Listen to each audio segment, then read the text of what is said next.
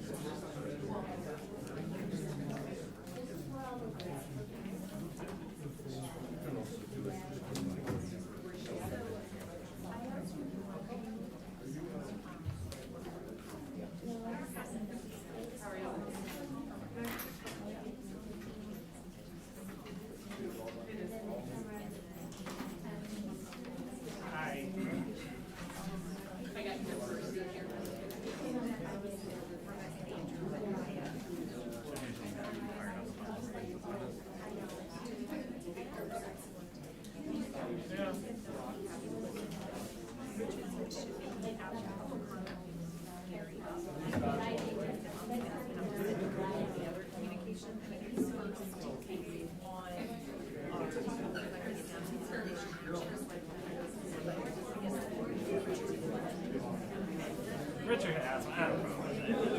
What is Gary wants to do?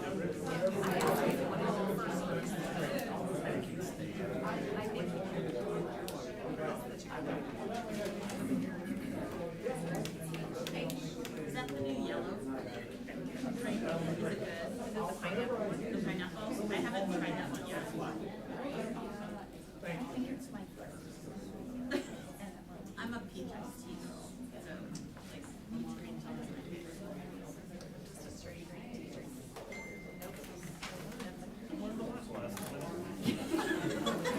So you don't expect me out next time, right? I was gonna say, Yeah, have I just been eliminated here? oh, Kathy, did we have another microphone? Oh. It's fine. I'll just You put can this take, on. you can, or you can just take this one because she can't be here tonight. Okay. I can move to balance the room. You know what?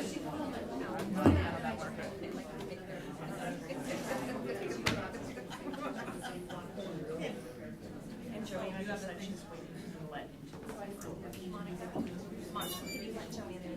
The time is 6:01. Let's begin the meeting by standing for the pledge. I pledge allegiance to the flag of the United States of America and to the republic for which it stands, one nation, under God, indivisible, with liberty and justice for all.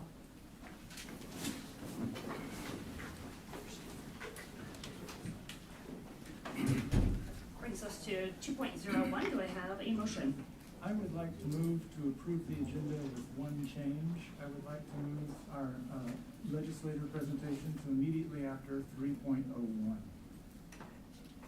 I can second that.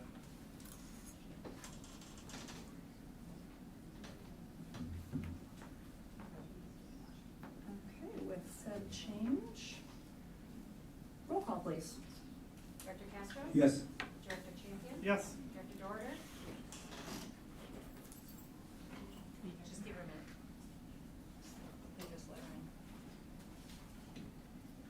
Kathy, can you say it again? I don't think she heard you. Yeah, she did that.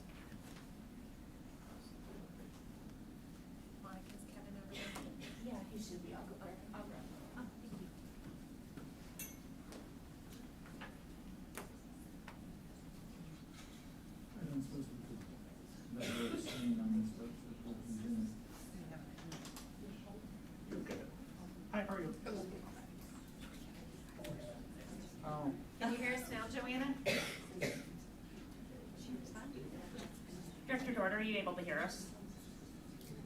Yeah, thank you. Okay. We're doing roll call for the agenda. And it is your vote now. Yeah. Director Eastman? Yes. Director Lynch? Yes. Director Peters? Director Smithson? Yes.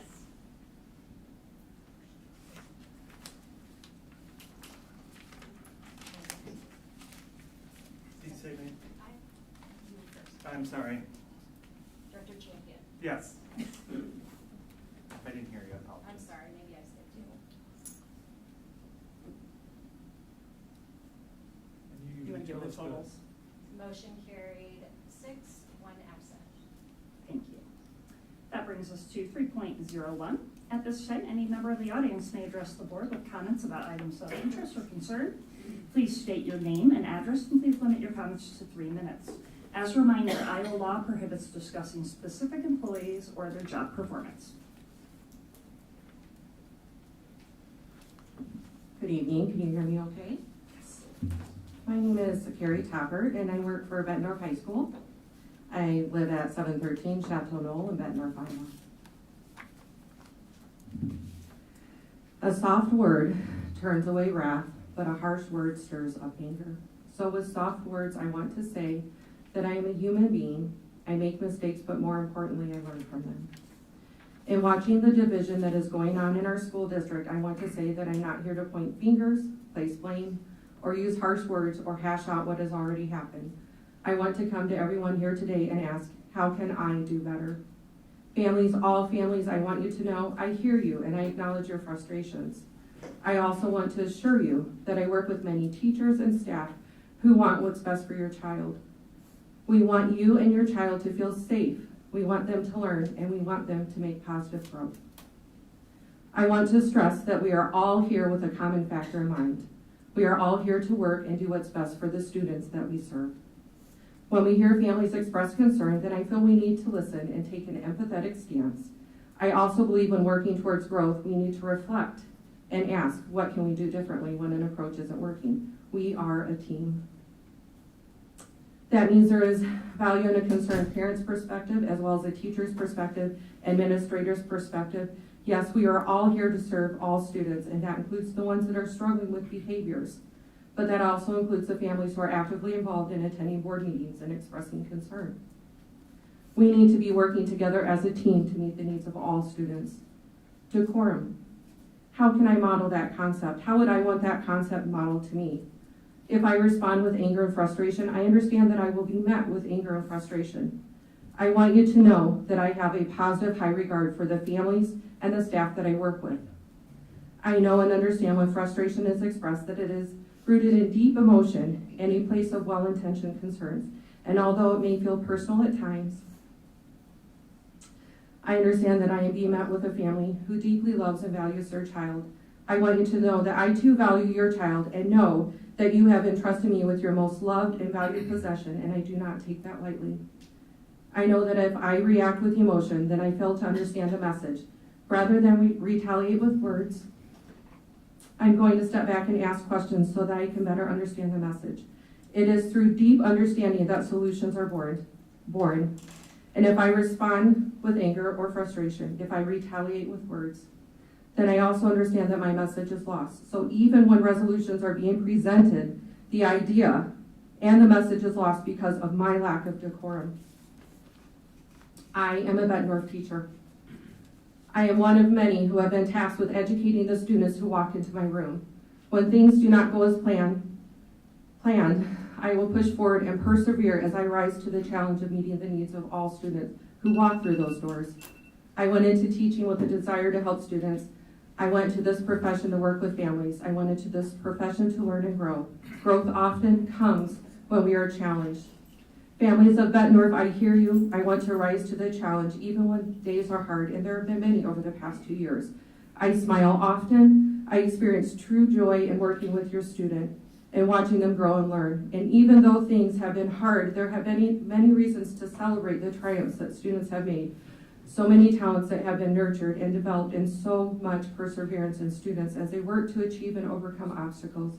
There is so many good things happening in our district. And it is because of our district is filled with many people who are here for the right reasons, who are here for your child.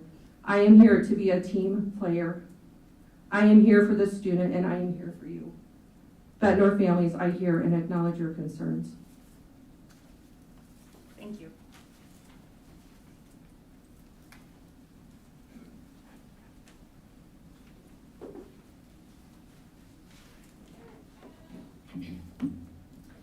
My name is Melissa Zumdo, and I live at 3328 Southampton Drive in Bettendorf.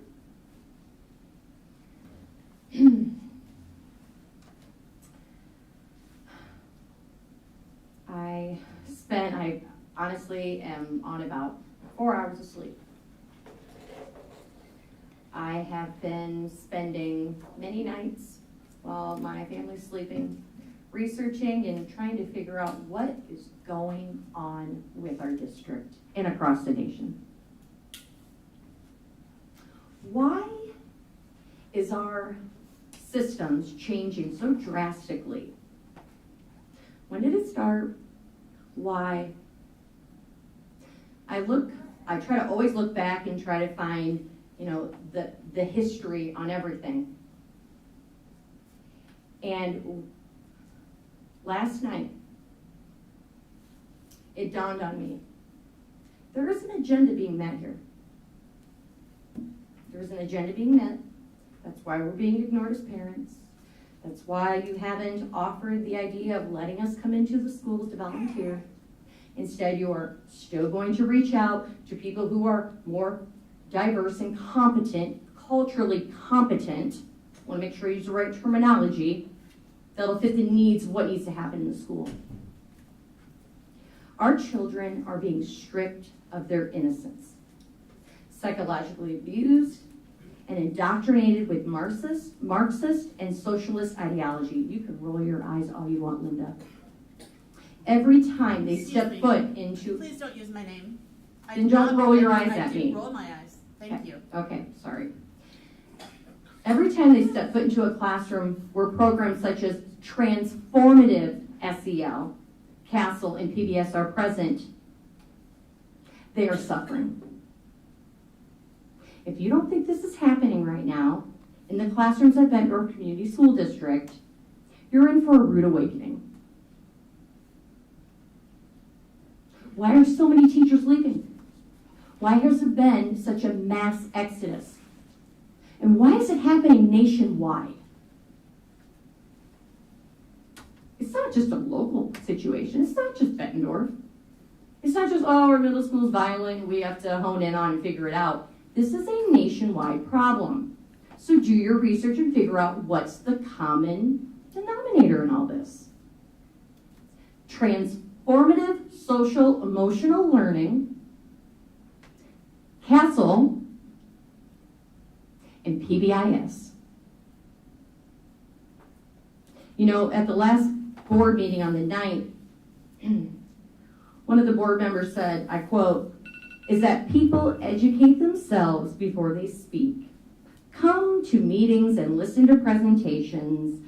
The types of misinformed statements are doing a great disservice to our community and schools. Really? It was very hypocritical of that person to say that, because they should not then have commented that social emotional learning is effective. It's been around for years and years and years. Why is everyone making such a big deal about it? It's been around for 25 years. That much for 3 minutes, please. Real quick, it's not just social emotional learning anymore. It's transformative social emotional learning. Start to do your research, and you will see why we have such violence in our schools, and it's only going to get worse. Thank you. Thank you.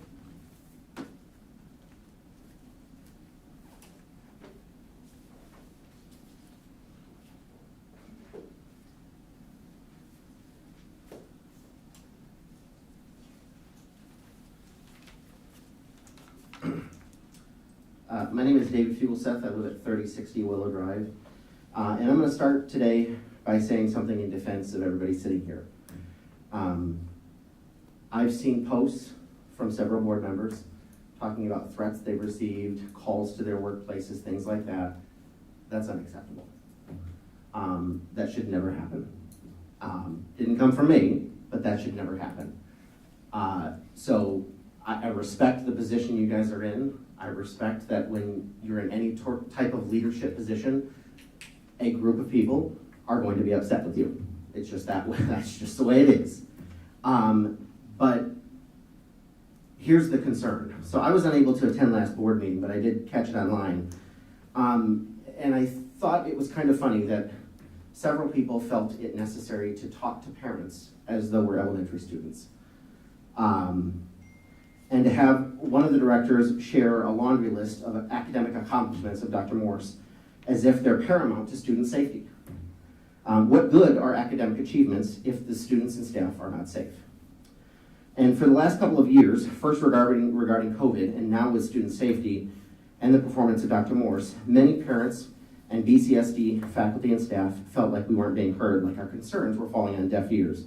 But interestingly so, and I won't mention the name, but one of the directors on this board shared in their own posts several years ago before they were on the board, quote, "That's how you know they don't give a blank," and I'm adding blank, "who else is on the board. Once they have their group of 4, they will control everything." Another was regarding the consolidation of schools, quote, "We did feel that we were what we voted in board members who would listen to public input." And finally, my favorite quote from that same board member was, "I expect better from a, quote, premier school district. Not so premier at all, if you ask me. Mediocre at best." And I have no doubt that that board member's feelings are genuine and were genuine at the time, just like the concerns right now of many parents, teachers, students, and staff that have shared about the safety and the direction that this district is currently headed under this leadership. And all we ask is that you listen to the public like you wanted the board to do before you were on it. And now in the last week or so, we've had additional resignations. Director of Curriculum, Assistant Superintendent. Come on, guys. Like, the leadership here is radioactive, and people are stepping away to get away from the fallout. That's just what this is. We've got to get back to reality. Safety is of the utmost importance. It doesn't matter how many accolades or academic achievements this district receives. If students and staff are injured during the school day, it doesn't matter. It doesn't matter what our graduation rate is. It doesn't matter if we're not safe. Thank you. Thank you.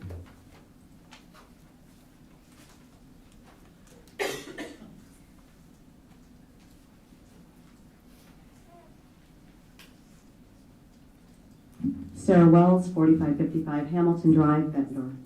I'm here to present a document that actually should have been included in the minutes from the July 27th, 2021 special board meeting. This meeting was held to approve an addendum to the superintendent contract agreement that was signed by the superintendent on March 5th, 2020, and the then board president on March 23rd, 2020, following board approval. The document I have tonight is the addendum to the superintendent agreement for the dates of July 1st, 2021 through June 30th, 2024. This agreement was signed on July 27th, 2021 by the superintendent and the then board president. Two interesting facts, or questions, I should say. First, why is an agreement that begins on July 1st, 2021 not even being discussed until the July 19th, 2021, and then not brought to vote until July 27th, 2021? Second, why was this document never shared with the community and never put on the minutes from that July 27th, 2021 meeting? If you read this document closely, you might see why some people may not want to have it made public. Several of the changes that were made to the superintendent's one-year-old contract are simply unacceptable and actually unbelievable that the superintendent would even request these changes after 1 year in. I will leave you with this. Just who exactly worked on this contract? A contract with these changes would definitely have caused some very deep and probably heated discussions with the board. Who was representing the school district and the school district's best interests when writing this contract? Those of you here tonight are watching. You yourselves can take a look at the original superintendent contract. You will find that attachment In the agenda, under 8.7, approval of superintendent of the March 23rd, 2020 meeting, which was prior to the start date and arrival in July of 2020. You can then go to the July 27th, 2021 special board meeting for the approval of the addendum to the superintendent's contract, and you will see, or should I say not see, the addendum contract included. It's not there. There are many questions surrounding all of this. I'm well aware that these questions cannot be answered here tonight. I will be asking the questions, we'll expect answers, and we'll report back. Thank you. And if anybody wants copies of that addendum, I have them, because they were not made public. Thank you.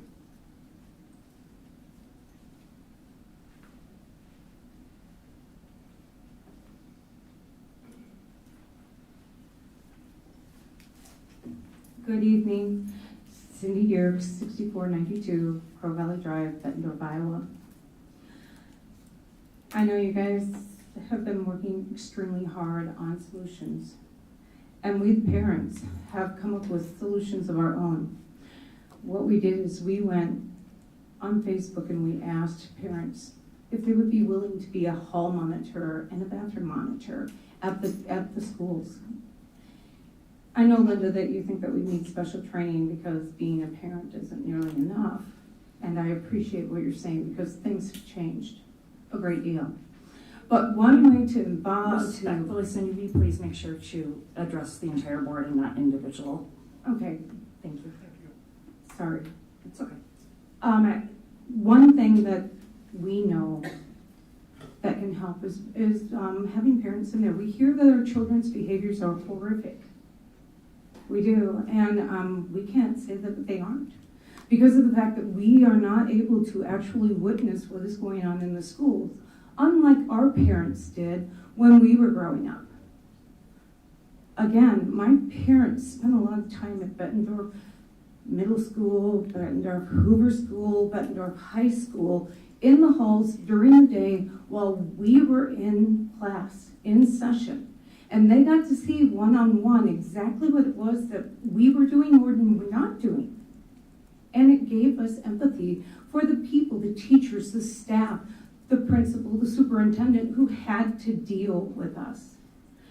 So I have with me 7 copies, 117 names on here of parents who have committed to wanting to walk the halls of the Bettendorf Community Schools. We will accept the training from the Watchdog program already in place at the Bettendorf Grantwood School, and we will follow those rules and help you. We want to be a help. Bettendorf is a premier city. This is an incredible community. And unfortunately, right now, it's not looking that way. We have to stop allowing our administrative people, our teachers and our staff, to feel unsupported enough as to where they are resigning. This is sad, extremely sad. So whoever wants these, I can drop them off with Mr. Castro, and you can pass them on around. 117 names of committed parents and grandparents who would love to spend their day walking the halls, monitoring the children's behaviors, and letting them know we're watching, we love you, we care, and we have great expectations. Thank you very much. Thank you. If you give those to Kathy, she'll make sure that we all get them. Thank you. Thank you. You're welcome.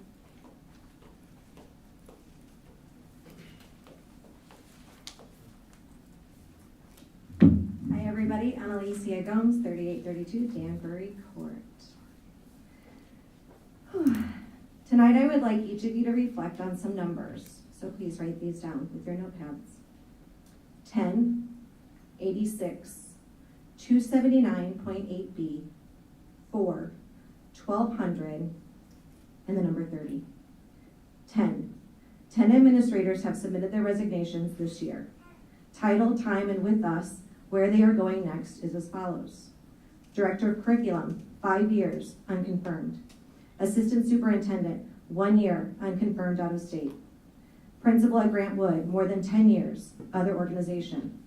Principal at Mark Twain, around 20 years, retirement. Principal at Bettendorf High, 1 year, unconfirmed. Assistant Principal at BMS, 7 years, other organization across the river. Dean of Students at BMS, 1 year, other organization across the river. Nutrition Services Director, other organization. Dean of Students, turn instructional coach, turn interim principal, turn back instructional coach. Whole career with Bettendorf, other organization. Director of Instructional Technology and Data Management, 20 years, other organization. The common denominator main theme for these individuals leaving is poor leadership. Leadership has to fulfill the duties required as a district leader by not providing directors and other support staff with any vision or direction and micromanage their every move. Last year, 2 administrators left. This year, 10. This is enough proof that 100% of cause of concern requiring a thorough investigation. 86 teachers and support staff signed a petition saying they agreed with the sentiments shared by Bettendorf Middle teachers at the May 12th board meeting. I can confirm that some of you, if not all of you, have received it, yet no action. So no, unlike the email stating only 11 people spoke with the breakdown of staff and community members, the petition that circulated the building the next week confirms that it is a concern to the staff overall. That is why 36 departures have happened since the school year began at Bettendorf Middle alone.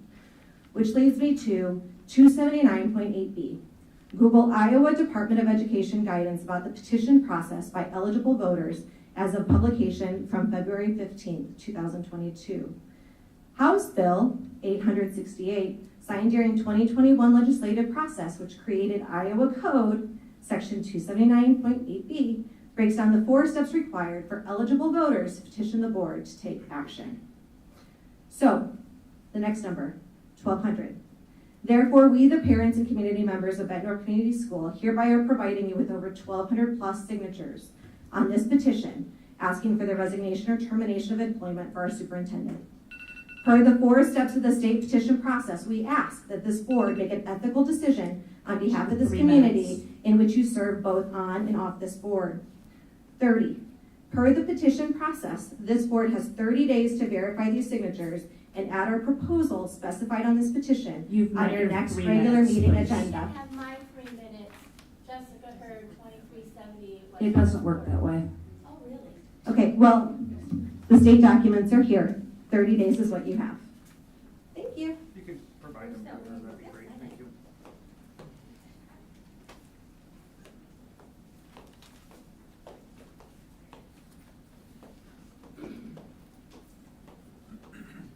Pat Militich, 24494 Valley Drive, Bettendorf. I'm going to go a little bit deeper and try and unify us a little bit because the divide is by design and I'm a little tired of it. I've worked with children for 30 years. I've worked with everybody from little children to law enforcement, special forces, world-class athletes, agriculture I'm heavily involved with. Have spoken with a lot of doctors, a lot of research scientists, a lot of very, very intelligent people. And the root of the problem that we are dealing with our children, with our society, is we are organic organisms, and I want you to stay with me here for a minute. We are organic organisms, and yet our soil is pounded with billions of pounds of petroleum-based nitrogens. Our crops are sprayed with herbicides and pesticides that are the most toxic substances on earth.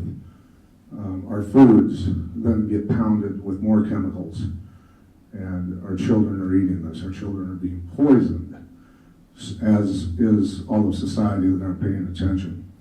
On top of that, when little Johnny or little Sally have behavioral issues, we go to a so-called expert who prescribes them with a meth derivative SSRI drug. And that's what we're putting our children on. And we continue down this madness and this spiral with these behavioral issues, health issues, the sicknesses and the diseases. 70% of adults in America are on at least one pharmaceutical. So at some point we need to come together and recognize what the real problem is and that our society is being poisoned, whether by design, by accident, by greed, whatever the case is. That is the fact. And this is coming from agriculture experts and research scientists, and it's got to stop and we've got to figure it out. My 3 daughters have never been sick. 20 years old, 18 years old, and 8 years old. Because I know what organic compounds to put in their body to chelate heavy metals and toxins out of their cells, to reset their gut bacteria, and to keep their brains and their bodies operating correctly. And I'll just leave you with this, and this is where we better come together as a society, because I'm not going to fight with any of you, is that there is no such thing as disease. It is merely different manifestations of inflammation that show up in the body that the medical community gives a name to so that they can create another synthetic chemical to give you, okay? So the behavioral issues in society, the madness that we're dealing with, is coming from synthetic chemicals, and we better all come together on this. Thank you. Thank you.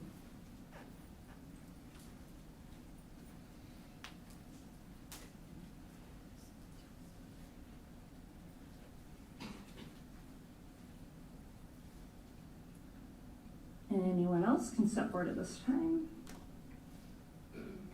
We're not using an overflow room or anything today, right? No.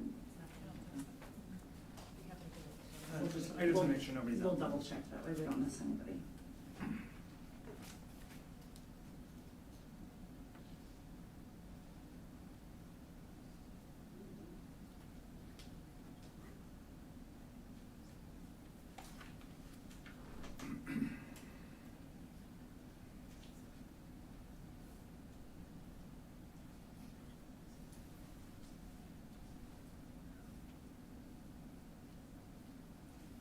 I'm seeing a head nod. All right, that. Thank you, Bree. Thank you, Bree, for double checking. All right, that brings us to Representative Gary Moore. Welcome, sir. Representative Moore has graciously joined us tonight to share with us an overview of what happened in the 22 legislative session. So thank you so much for being here tonight. Absolutely. Thank you for having me. It's always a highlight for me to come and give an update to the Bettendorf School Board and the parents of students in Bettendorf. I thought I'd be a little classier this year than just standing up here talking. And I got to tell you, I'm not technologically very savvy, so I had a lot of help with this. But as you probably know, if you've been to the Capitol in Des Moines, this is a picture of the Iowa House of Representatives where I serve.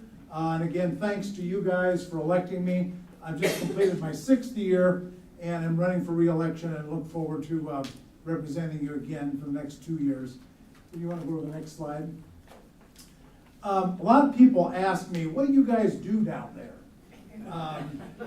And so I thought I would share with you that in the House, representatives in our committees filed 590 legislative bills in the House. We passed 236 of those, and 142 bills passed both the House and the Senate and were sent down to the governor for her signature or veto, and she just completed that list this week or last week of going through each one of those bills. Our session ended on May 24th, which was the 135th day of this session, which went a little longer than normal. Next slide, please. One of the things we spent a great deal of time on this year, and I want you to know I serve as the Speaker, Pat Grassley, has appointed me as House Appropriations Chairman, and so I have some say in where the money goes, the state budget, how it's put together. And we put a lot of time this year on dealing with Iowa's tax situation. Compared to other states, Iowa has a higher taxes, and we dealt with that this session. This year, and I'll just walk through the list, we started the process of lowering your personal income taxes. Over the next 5 years, they will go down each year. And in the 5th year, all Iowans will pay a flat rate of 3.9% state income tax. Right now, there's federal deductibility, but it's somewhere in the neighborhood of 9%. So we feel that's a significant reduction of taxes. We're also reducing corporate taxes. That's a little more complicated. To keep the budget balanced, we are going to require corporate taxes to generate $700 million to the state revenue, but anything over that will reduce corporate taxes. We're reforming corporate tax credits. We're eliminating sales taxes on diapers and feminine hygiene products. And the final one is closest to my heart because I introduced the bill to eliminate income taxes on retirement income. We have too many people in Bettendorf who build their careers here, raise their families here, and the minute they retire, they change their state of residence to Illinois, Texas, or Florida, because those states do not tax retirement income.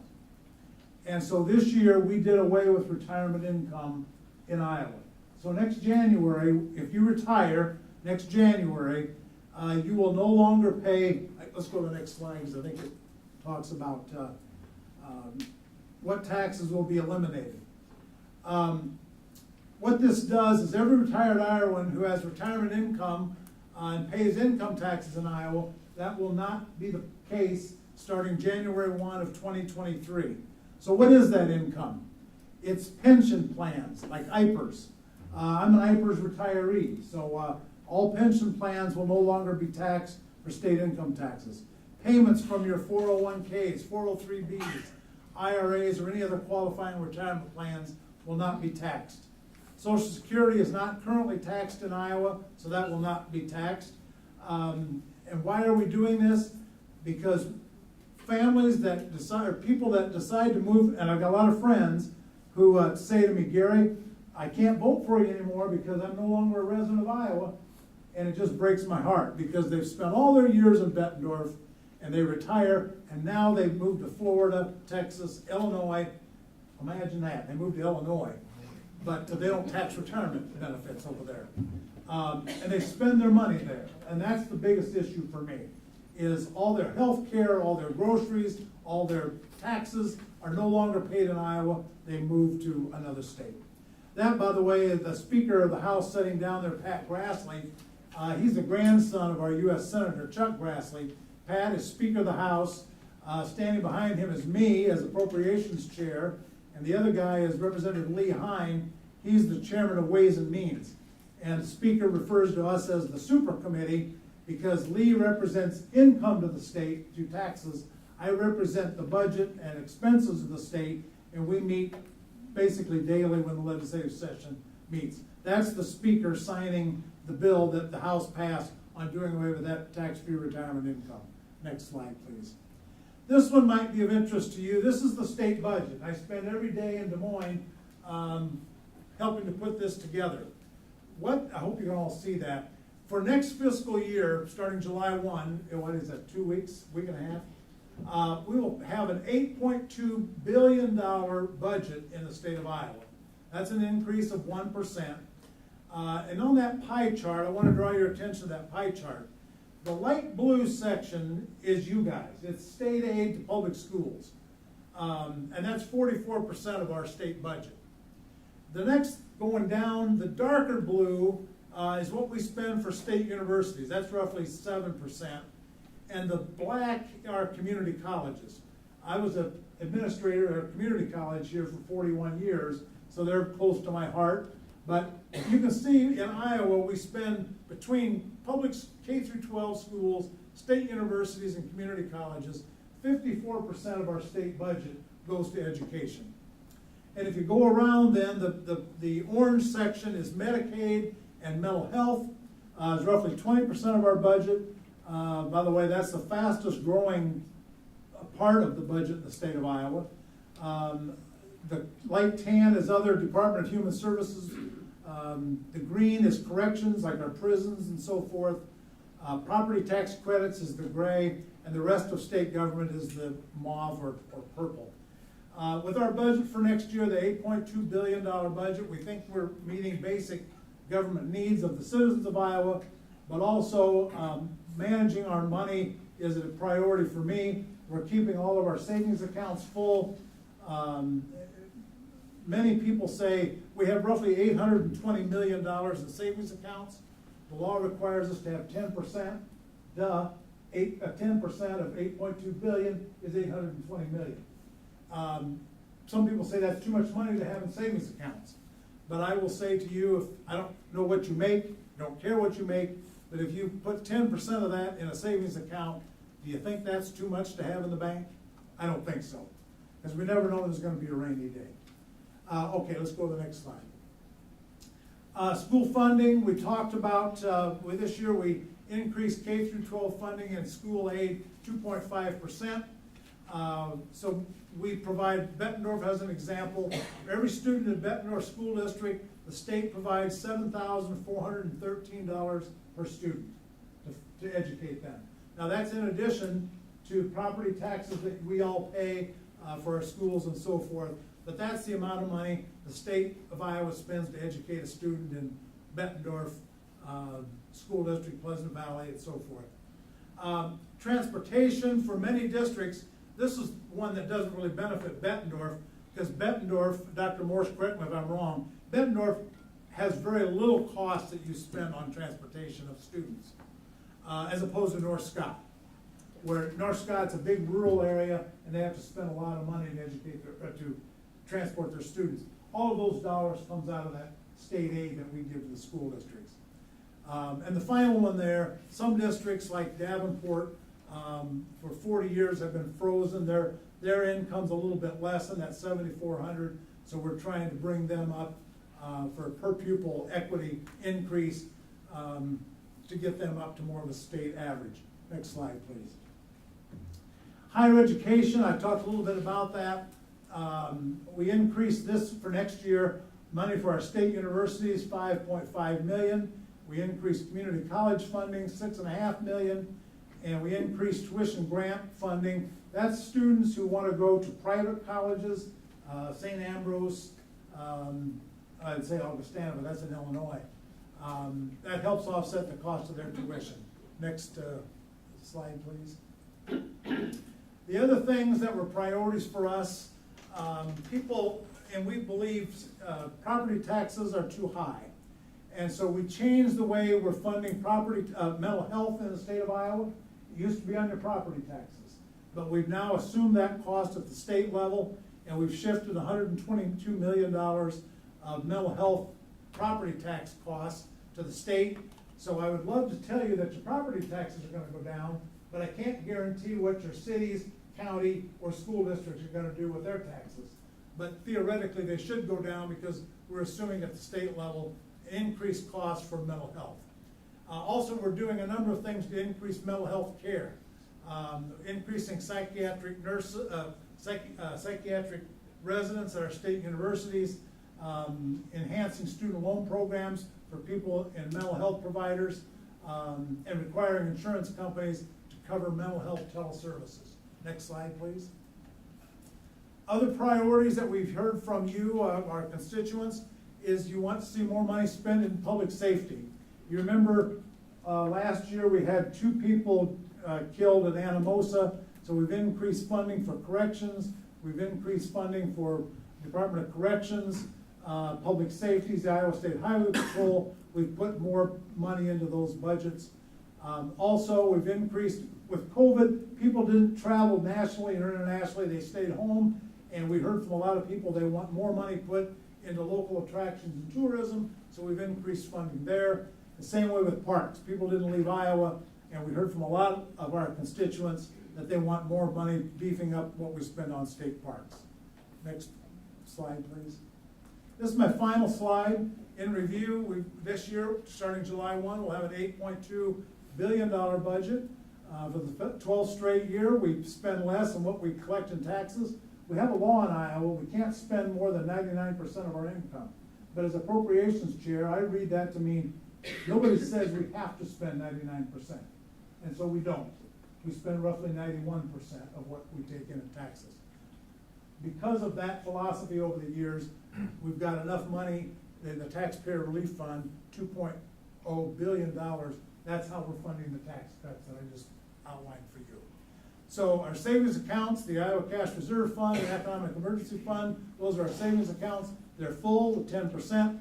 And my last line here is, that's quite a different story what happens financially in the state of Illinois. And we're very proud of that in Iowa, and we're going to keep it that way. At this point, I'll stop and see if there's any questions that anyone might have. No questions. No, I did say somebody when it came in. I just do appreciate over the last 6 months, you've always returned my calls. I think I got a call from you about 9:45 one night, but I appreciate your candidness and the ability of you and I to have a frank conversation, work through something in 10 minutes, so. Well, as I mentioned, thank you very much. Yeah. I try to get back to all my constituents. My priority is, and my staff know this in Des Moines, if I get emails or phone calls from out of state, set those aside. If they come from eastern Iowa, I want to know about them. If they're my constituent, give them to me now. I don't get right back to you. Sometimes it takes a day, but I do get 400 emails a day during the legislative session. It takes me a little while to catch up with that, but my constituents are most important. Thank you, Gary. You bet. Gary, I just want to say I enjoy seeing you at the Life Fitness Center, and we have a little chat once in a while, so I get all my dialoguing done with you at the Life Fitness Center. Thank you. Well, you can see I need to go more often. But, thank you all. And again, thank you. Any other questions from anyone? Hi, I'm one of your constituents. You got to hear a little bit about what our school district is struggling with right now, and it's happening all over Iowa and in other areas too in Pod City. What can the state do to provide our school districts with more funding for mental health services for our students? Because we're definitely seeing a lack, and we need more money, we need more supports, we need more staff.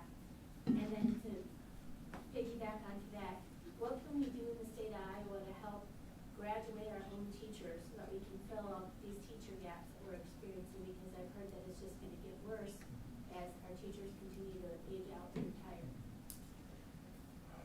There's a lot there in that question. The first one regarding mental health, and I will be glad to work with Dr. Morse. You noticed here, increasing mental health funding was a priority for this coming fiscal year. And I will be happy to work with her to identify programs where we're increasing that funding for the school districts to take advantage of that. That is a priority, not just a one-time priority, but increasing mental health services and funding is a priority of the legislature. And I'm sure we're gonna continue down that road. On the other issue about teachers, we had a very novel approach this year in the Iowa House. We passed this, the Senate didn't pass it, but what we were planning to do is all of the high demand jobs in Iowa, which teaching is one of them, we were willing to put $12 million behind this. A student that wants to go into teaching, once they start at Iowa State, it was at the three Regents institutions, Iowa, Iowa State, or UNI.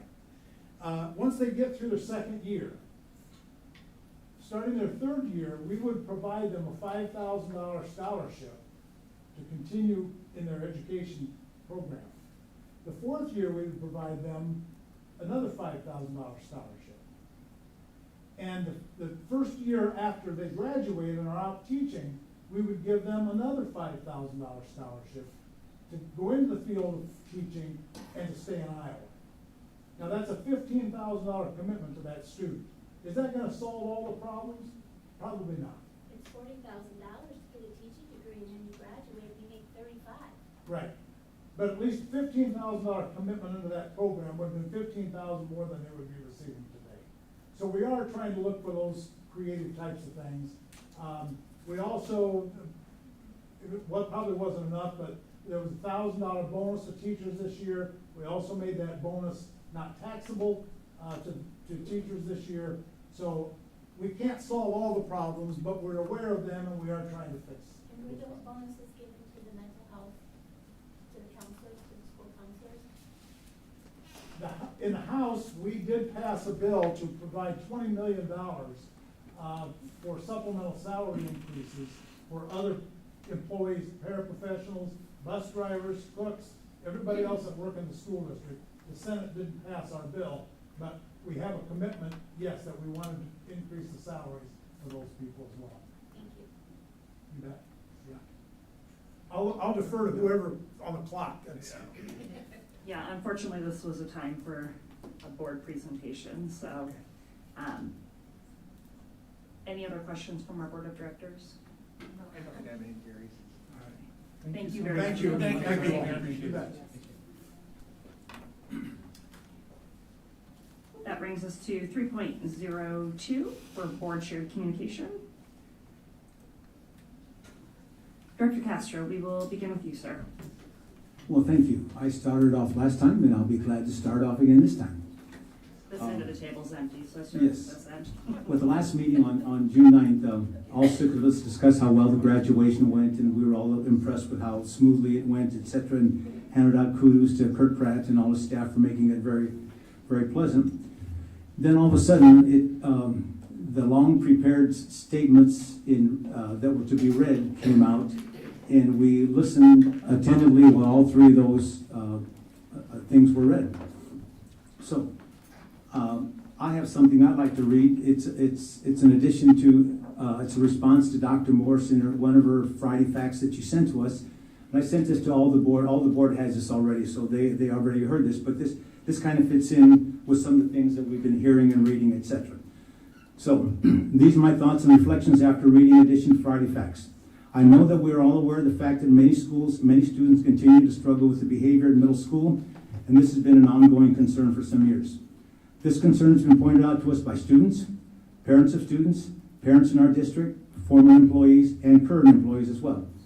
Anyone who has visited middle school will probably have the same concern. There have been issues with the reporting and documenting of these problems, as well as the discipline that was issued regarding these incidents. Some of the chatter in our community is that the discipline that was administered was not appropriate for the severity of the transgression. Our employees are exhausted from being sworn at, threatened, pushed, disrespected, threatened with lawsuits, and believing that nothing of consequence will happen to the offenders. And if there is a punishment, it is so mild and so that it is not a deterrent to the offender. Some find their way into in-school suspension, but how effective is this? Is it enough of a deterrent to help change the behavior? I respect the fact that several other central office administrators are going for 2 days a week to help out at special ed programs, etc. at the middle school. I believe the majority of these issues are not with the special ed students right now. My big question is, how are we utilizing Jillian Dotson to the best of her abilities to assist at middle school and other administrative duties related to Director her Castro, I qualifications? just want to remind you that you can't use specific names. Well, I didn't. I hope that, I read that the superintendent, the assistant superintendent, the director of special ed, and another person are all assisting middle school, but what about our director of curriculum and assessment? Because of her minority status, the fact that she's worked with teachers in middle school on various occasions, and what a great role model she would be for some of our minority students. Oh, and by the way, we are approving her resignation tonight, and her last day is tomorrow, as well as we are approving the resignation of Dr. Gelati, 2 central office administrators. In addition to work in middle school, she has also been a speaker at some of the Black Voices Matter meetings at BHS, and if I remember correctly, she's attended some of their sessions during Pride Time. She could be an invaluable asset for us in both buildings, but I personally feel for some reason she's been underutilized and is continuing to be underutilized in her being able to help us with a segment of our student population. I understand that concern is not being able to fill the additional security position at middle school. I'm sure the word is out about the issues we are having. It would be of great value to us if the resource officers from both the middle school and Bettendorf High School were offered the opportunity to come to us and share their thoughts on some of the issues we are facing and ways to fast track some solutions. I understand we're not the only middle school with challenges to student behaviors. My only interest is what is best for the Bettendorf Community School District and to solve these issues in the least amount of time. It troubles me very much every time I hear about parents and students wanting to leave our district because of what we are experiencing.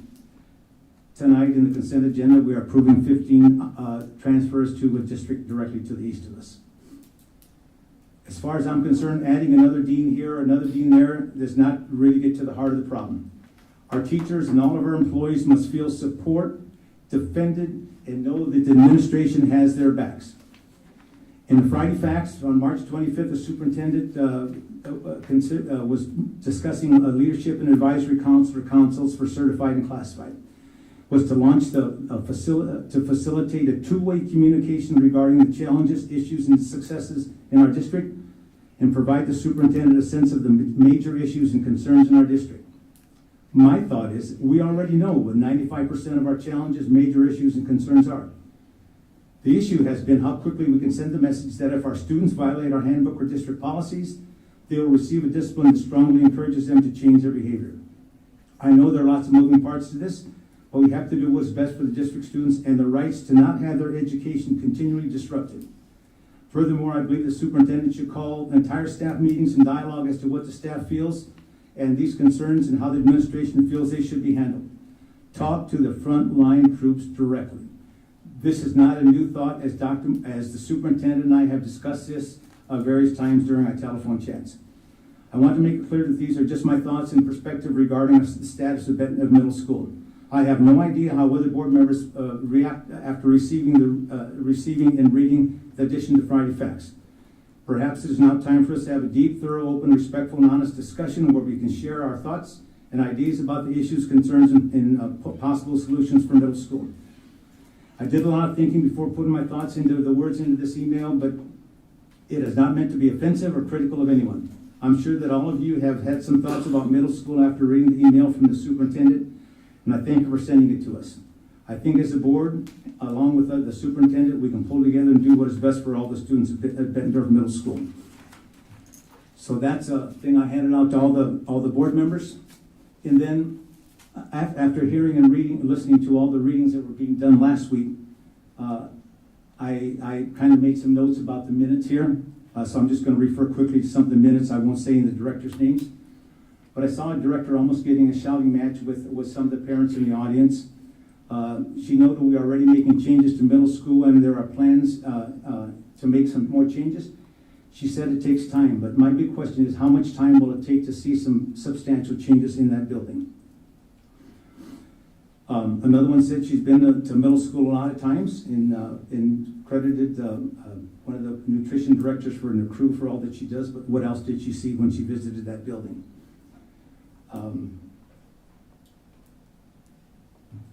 Yeah, there are some things that are inappropriate that are being sent to some board members, and that is very inappropriate. But I think our teachers and our parents are almost at a boiling point in that they are just reacting to the emotions and the feelings that they have.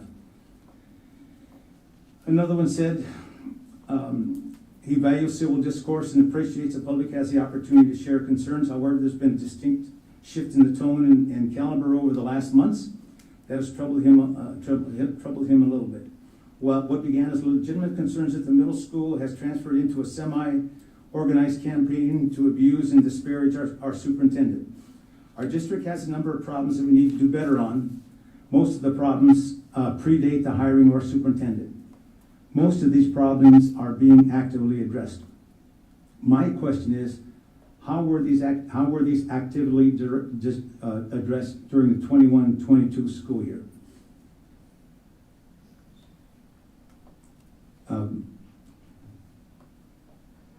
Okay, I'm going to skip a couple of those things that I should not read. So another director said, she asked the people to educate themselves before they speak, before they come to the meetings and listen to the presentations. The types of misinformation statements are doing a great disservice to our community and to our schools and are deliberately damaging what we are working towards. These issues did not happen overnight and cannot be resolved quickly. I wonder what is the timeline for the resolving of these issues. And I say one thing, our parents are educated. They want their children and our employees to be safe. We are the ones that should be listening and being educated by the parents and listening to what they are saying. They know what's going on with their children and with our employees. I've often thought if the script were flipped and here at the central office, people had to run to safety and lock their doors, if people were milling in the hallways, kicking on the doors, people were hanging out in the restrooms, threatening people that go in, some of the employees afraid to go into the restrooms, etc. I just wonder how the central office employees would feel, what our employees at middle school and other buildings may possibly feel, and what they face every day. I just wonder what would be the response if they had to go through the same thing that our teachers and our employees go through every day in the buildings that they teach in. And lastly, okay, I brought it up in case some employees get a little upset with what I'm saying. I'll clean up after them if they get a little upset. And we're having a superintendent evaluation after this meeting with a member gone. There was a meeting last week where 2 members were gone. I was out of the country, and the other board member was out of the country. I think we should have an evaluation when all 7 members are present to give all their direct input. That is all.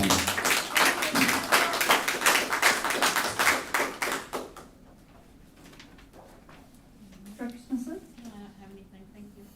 Director Champion? I would just want to remind parents that there's existing board policy for them, that our parents and community members to enter our school buildings when school is in session. And I'm not going to get into a dialogue here, but in reference to last week's board meeting, we actually made personal phone calls from in that board meeting trying to track down board members, and that in any organization where 7 people are running it, I would encourage board members to send other board directors or the superintendent messages when they're going to be out of town, so that we can schedule board meetings accordingly. In Director Champion response I just to said I that? wasn't getting into discussion. I'm not. I'm just going to clarify something. There were no board activities scheduled for the week I chose to take a vacation. There were none. Yeah, but thanks. But all of a sudden, one was inserted when 2 board members were out of the country. They were not And would in the you- plans for that week. But you would agree I made attempts to contact you once you were not here. For sure, I think you, for sure you Thank did, you. yeah. Okay, I was just clarifying that. I appreciate it, Paul. Thank you. Director Dorner?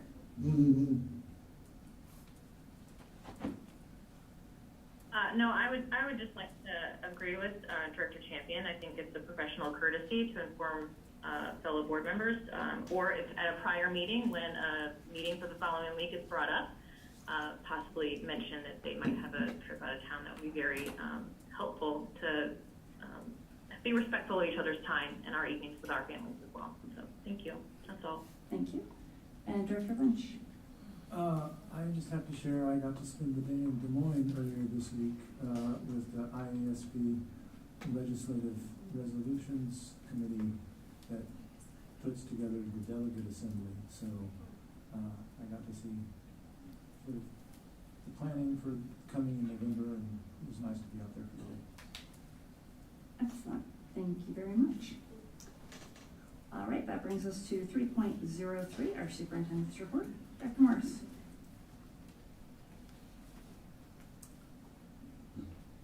So summer school and extended school year, wrapping up their 2nd week.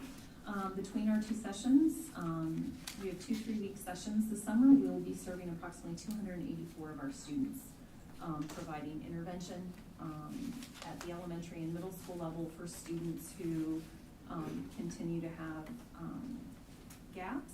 And then high school's focus has been on credit recovery. So we appreciate the parents' commitment to helping our students get to school each day so that we can continue to work with them and continue to help them move forward. We did not end the school year quietly. We've had quite a bit of professional development for teachers and staff, and it will continue throughout the summer. So on June 10th, our building administrators and their site leadership team spent a day engaged in training and planning. They reflected on their self-assessment surveys and tiered fidelity indexes, looked at that data to develop their 22-23 action plans, and started work on updating district behavior matrices to include calibrating on state definitions and what does that mean for Bettendorf, as well as developing our menu or ranges of responses or consequences. Again, on Monday, the entire district leadership team spent a day looking at the results of our district systems fidelity inventory. So it is a guide or a tool that's used by district leadership teams, both at the site level and the district level, to assess, develop, and execute action plans that are systems focused around how do we make sure we are calibrated and have strong systems for social, emotional, and behavioral health in our district. On Tuesday, we worked with Hanover to dig in and begin creating our key performance indicators as well as action plans on our draft, the strategic plan that we're finalizing for each goal area that's been identified so far for the 4 different priority areas. We want to let our community know that we will be partnering with our Bettendorf Police Department on July 11th and 15th. I was just talking to Officer Southbury before our meeting. They will be in our high school using it as a training facility to conduct active shooter and rescue task force training. Administrators will be invited to be engaged in that process, and we're looking forward to working with our police department and reflecting on what we need to update in terms of our emergency plans. Our family handbook, district family handbook, staff has been very busy working on this. Some areas of focus that we've already dug into and started creating alignment and updating to reflect new current needs. Alignment PK through 5 and 6 through 12 of things such as our cell phone policy, dress code policy, again, looking at our code of conduct, just to name a few. That work will continue. As a matter of fact, there's a date on the calendar this coming week where secondary teams, teachers, other staff, administrators will dig in and continue that work and continue the work on our behavior matrices. As Director Champion mentioned, I know over the last few months there's been this perception that parents are not allowed in our schools. We always welcome parents in our schools. We've had parents come in and assist with students who are struggling with behaviors or struggling social and emotionally. I've been in communication with and working with the Executive Director of United Way now that we have 117 volunteers, as I heard earlier, to help us coordinate and recruit additional volunteers. They will assist us with all the background checks and the training that we ask them to do so that we have parents ready to go at the start of the school year. We're going to start that at our middle school and then expand out, and we are going to extend or expand what others have referred to tonight as the Watchdog program at middle school for next year. And so we look forward to partnering with not just United Way, but our parents in that regard. And I'm happy to announce that we worked with 6 other school districts, including our colleagues locally, to develop a grant as part of, I'm going to switch screens, as part of the governor's had allotted about $45 million, almost $46 million for what's called the Teacher and Paraeducator Registered Apprenticeship Pilot Program. It's a mouthful. However, the goal of this program is to create opportunities, and so to the member in the audience who was asking questions of Representative Moore, we're excited. We were one of the 19 consortiums or districts that were selected across the state. We're going to be receiving close to $4 million in grant monies, and these monies are to identify current high school students and other adults to earn their paraeducator certificate and associate degrees, as well as paraeducators, encouraging paraeducators to go on and get their bachelor's degrees in their teaching licensure, so that we can create pathways in our own district for our current students and employees to receive assistance financially to get those certifications and come back and work in the respected 7 districts that they work for. So we're excited that the governor made that money available, and we're even more excited that we were one of the 19 across the state to be selected. Information has already been sent out to the staff that had indicated interest. One of the first steps is they have to file their FAFSA by June 30th, and I happened to be talking to one today who was grateful that they had to file it for their student earlier in the year, so that it was a much easier process the second time around. So we are excited to be a part of this work, and hopefully we'll watch some of our own employees and students obtain this funding and come back and teach for us or be paraeducators for us. I'm almost done, I promise. As Director Castro mentioned, our Director of Curriculum and Instruction, Jillian Dotson, will be moving on to new opportunities. I want to thank her for her leadership over the last 5 years, both at the middle school and at the central office. And Dr. Gelati is with us this evening as he prepares to move back to family in Lincoln, Nebraska. I just want to thank him for all that he did in a short period of time, and I believe you wanted to say something tonight. Good evening, directors. Bittersweet trip tonight, but I did want to take a minute just to say thank you. as you, I believe you're aware, a recent passing of one of my parents has kind of created a realignment of the priorities for my family. And I appreciate the emails that I got from so many people who said that's why they live here. They lived elsewhere, and they're from here, and they came back. It's debatable between it being crisis of conscience or really clear conscious thinking at this point. But since that time, it was already difficult to move away from family. About a 90-minute phone conversation with Dr. Morse about all the things that thought we would be able to do together to talk about how great Bettendorf is. One all turned out to be, my first trip to Whitey's with my kids, some good Samaritan picked up the check. Had no idea. At first I thought it was just somebody who recognized that might be the new associate soup and maybe just try to grease the wheels. And then we later found out it was just a young couple who happened to hear us stand out as clearly the people who weren't familiar with the process of ordering at Whitey's. Which was really, really great representation of the Bettendorf community. We are heading back to Nebraska. I appreciate Representative Moore focusing the jokes at the state across the Mississippi River. Feel a little better about going across the Missouri. But I do want to thank you all for the opportunity. As a token of my appreciation, I did not take tonight to give you a 90-minute PowerPoint of data. Crossed my mind, but I really appreciate I really appreciate you letting me grow, try some things. Dr. Morris, I've really appreciated working with you. Everybody who gives me an opportunity always gets on my if I ever win the Powerball list. When I first started in education, I student taught and thought I did a really good job, and my cooperating teacher's recommendation letter said so. And I didn't get an interview at the school where I student taught, even though they were hiring in my department. And so I thought, okay, I'll just keep plugging. That's not my journey.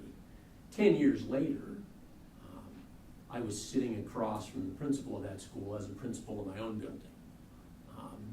That was my journey. I just needed a different path to get where I was going to be. I appreciate the time that I've had here. As an admitted workaholic, I appreciate your willingness to put in. Very hard to leave the building after me. And so I appreciate all the time that you've given to helping me grow, learn. My experience here will help me move forward in my career, but right now I just have to. I've given a lot of time to other families and other people's kids. And everything in the last few months has pointed out that my kids need to have family birthday parties. They need to be at baseball games. There's been references tonight that the time goes quick. And so we're going to change our priorities. And it had, I've never lived more than 2.5 hours away from home. And had I lost a parent previously, none of us would have met. So I feel very blessed to have had the opportunity to work and serve here. Try to give you everything I have. That's part of the challenge. I dive all in. It's hard to be in my circle of family when my time goes to that. I just acknowledge that's who I am, and in order for everybody else around me, my wife and my kids, to have what they deserve, just have to narrow the radius a little bit. Thank you for everything. Dr. Morris, I appreciate everything you've done, your faith in me. Take a shot on somebody who wears red on Saturdays. Thank you. Thank you.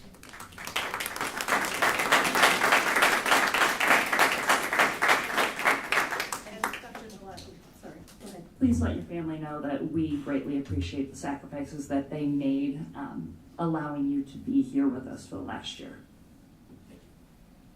Yeah, and I just want to close excited. Dr. Jolly and I have worked on his transition plan, and he's going to pretty much work through with us through the end of July. Even as he transitions physically back to Nebraska with his family, he's got projects he wants to wrap up and make sure he leaves us in a really good place. So I am thankful for that. Thankful for his leadership. He came in and has done some amazing work. So I obviously wish him only the best. And I want to end with a quote that a student ran into a student in our community this summer, not just the other day, and it resonated with me, especially with Mrs. Stoppert, what you said tonight. So thank you for speaking tonight. The student, we were talking, shared it with me, and then emailed it to me, and The citation right at the moment is anonymous because they failed to tell me who it's from, but just because I disagree with you does not mean that I hate you. We need to relearn that in our society. And I thought, as I was speaking with that student around all that's been going on in our community, I as a superintendent, we as a board, and we as an education community in Bettendorf want only what's best for all students in our district. We care deeply about each person. We care deeply about their families. We care deeply about if they're unable to be with their families for whatever reason and are with guardians. We care deeply about everybody. Safety, health are our first and paramount priorities, and educating them is equally important.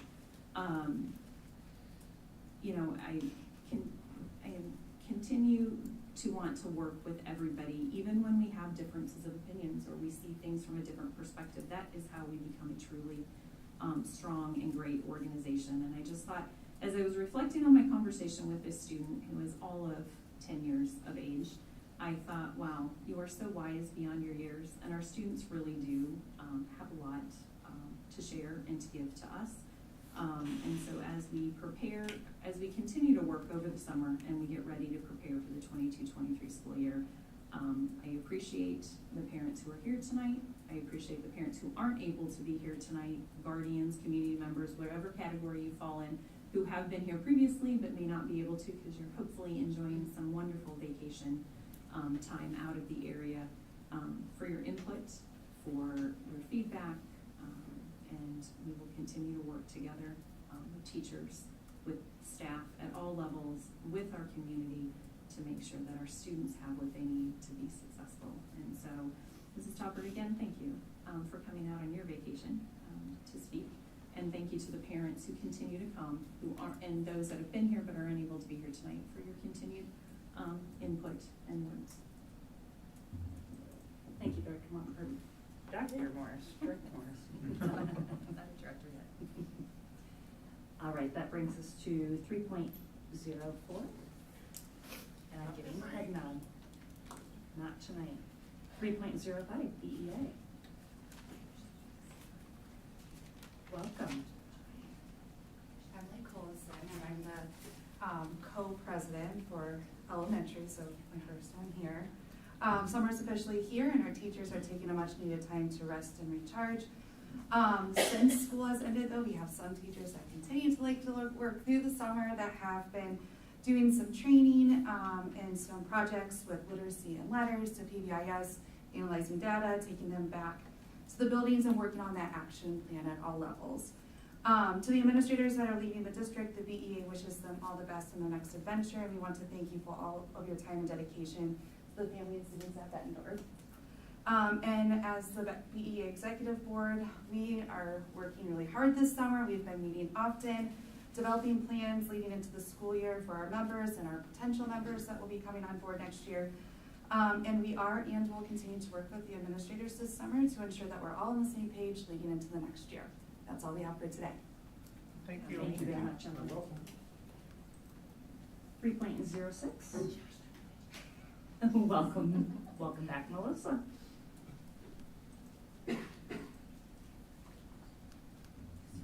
Hello. As was mentioned earlier, summer is flying by. I cannot believe that next week is the 1st of July. Our first session of summer school is almost finished, and like I just said, July is around the corner. I will be meeting with district admin next week to discuss our open secretary and para positions, and I'm looking forward to bringing on new members to our building teams for next year. Our peer mentoring team completed the opening webinar for our course last week, and we're busily working on our homework, all 3.5 hours of it, for our next session on June 30th. Our hope is that this program will supplement our onboarding process for new staff, reinforce training for returning staff, and strengthen the support system for all of our staff. The more support and education we provide for our classified staff, the more empowered they will be to support our teachers and our students. Short, sweet, 2 points. Thank you. Thanks, Melissa. 3.07. Don't believe we have a student representative. Hopefully they are enjoying their summer.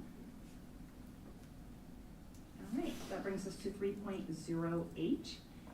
We want to congratulate all of the students who represented us extremely well at the National History Day Nationals in Washington, D.C. We had a total of 5 junior division projects that were competing. So a huge congratulations goes to Ben Gillette, Kelsey Smith, McKenna Miller, Charlotte Nige, JJ McDermott, Will Barquist, Ella Ripslinger, Lila Rashi, and Lucy Wolf. Out of 100 junior division documentarians, Lucy Wolf and Lila's project placed 6th overall in the Nationals and received a junior division Iowa Affiliate Award. So huge congratulations. And anyone who has had the opportunity to either parent a child or being a grandparent to a child who's participated in this process, it is a massive undertaking and it is a huge commitment from our staff. So huge congratulations to all of the hard work that went into these projects.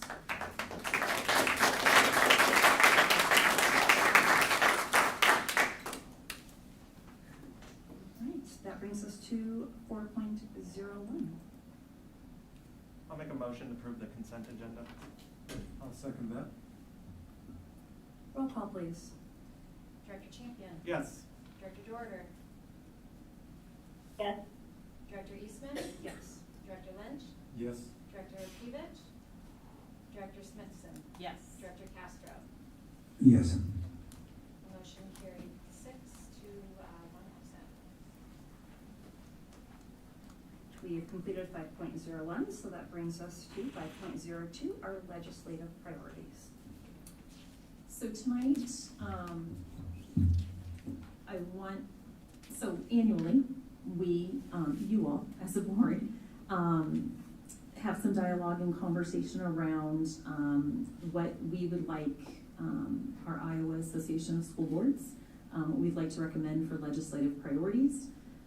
Tonight, I've included in our agenda what the 22 ISB legislative priorities were, and then what the district's legislative priority recommendations were for the past 2 years.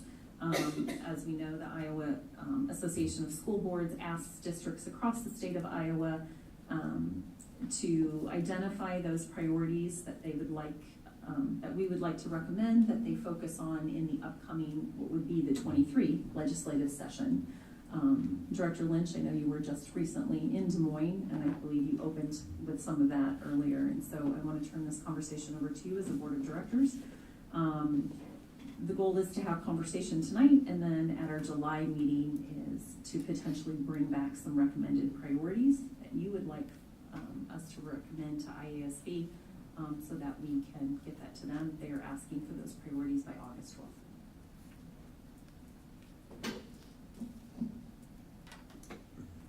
Would any of our directors like to begin? Director Lynch, anything that came from your meeting that you participated in over the past week?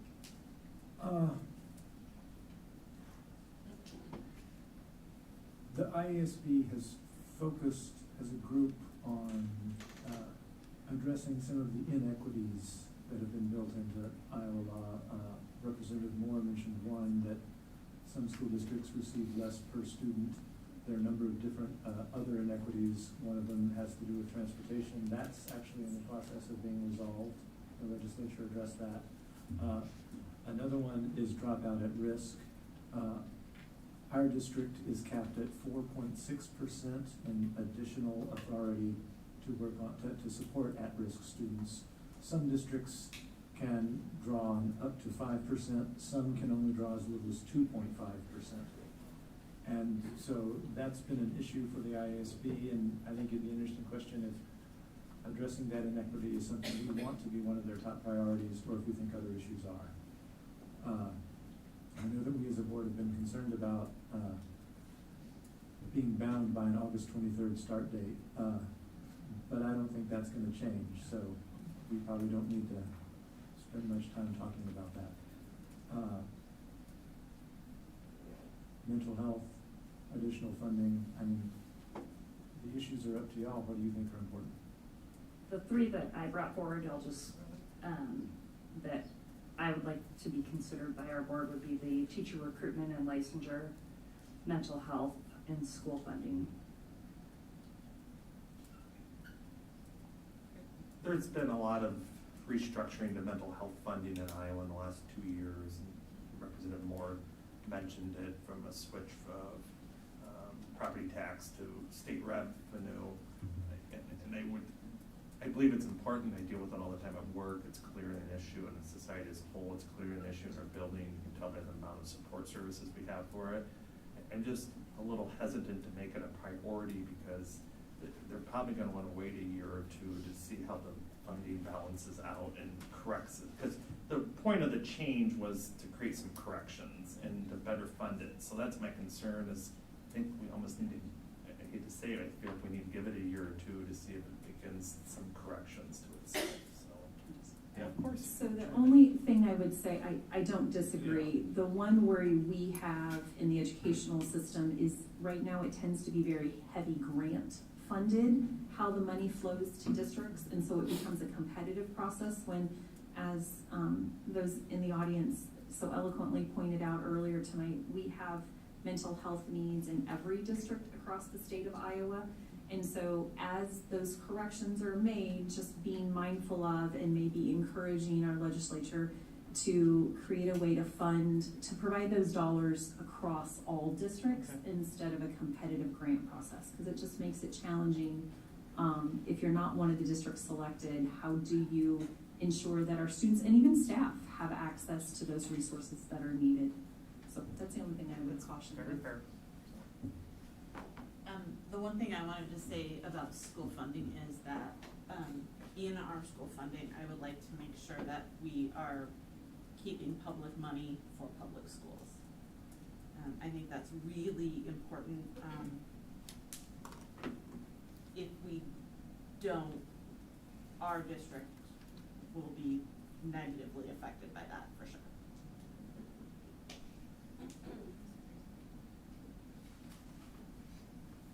Director Castro, did you have anything you wanted to add? No, I just think mental health and additional funding is really critical for us, so that's all.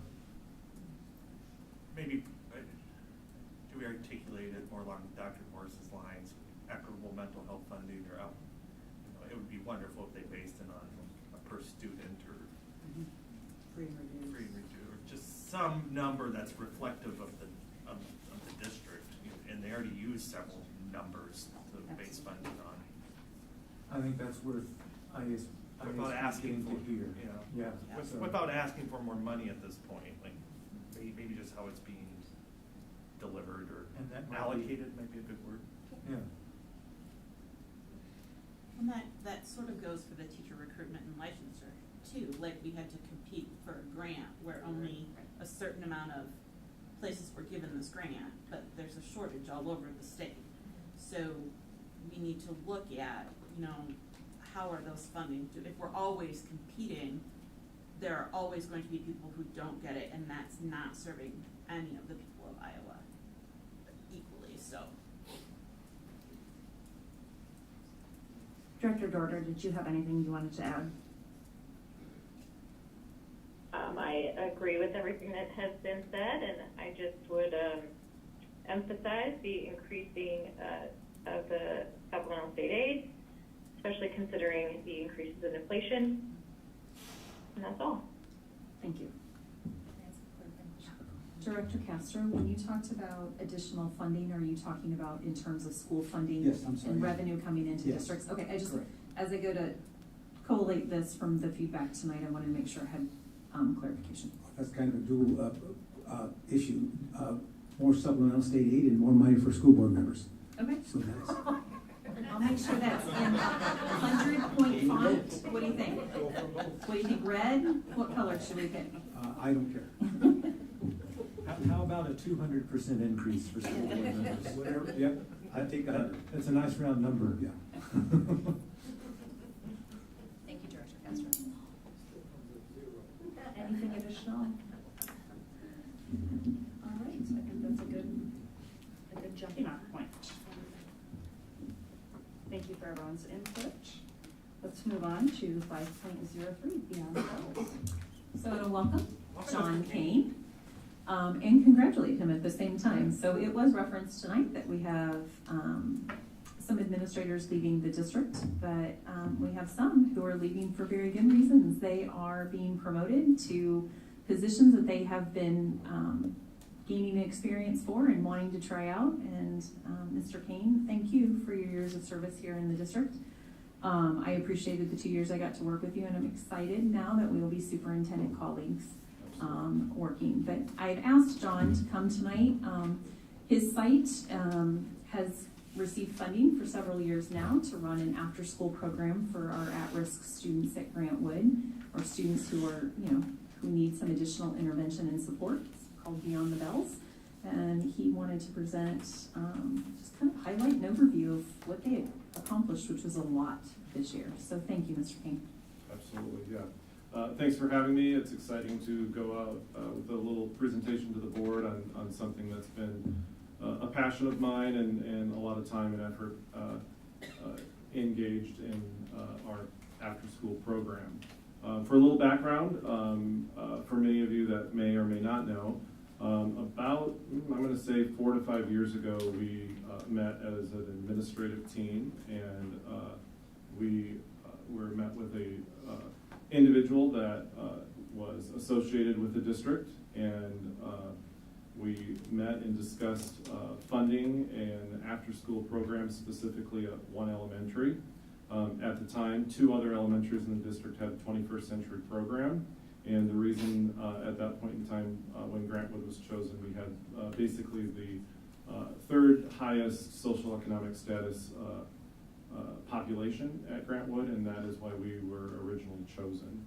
Since then, we've been with the program for 3 years. We'll be heading into our 4th program, or our 4th year, and we now have the 2nd highest needs in the district. So I certainly feel the program is in the right building.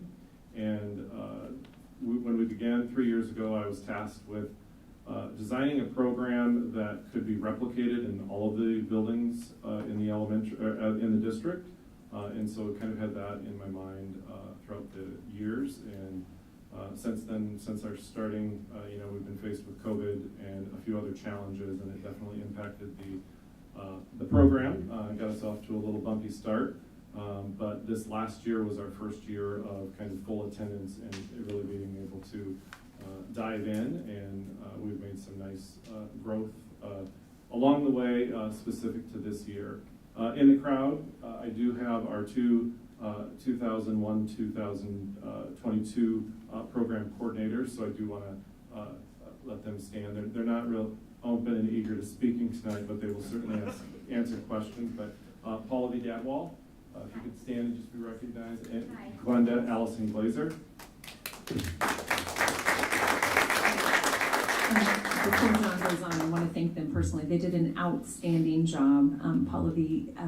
Toured me around several times as I went out to see what was going on, and I watched her, address 3 different children issues, a staff thing, and the Quad City Storm that were there, the members of the Quad City Storm team, all simultaneously, and everybody got what they needed. So thank you, both of you, for what you did this year.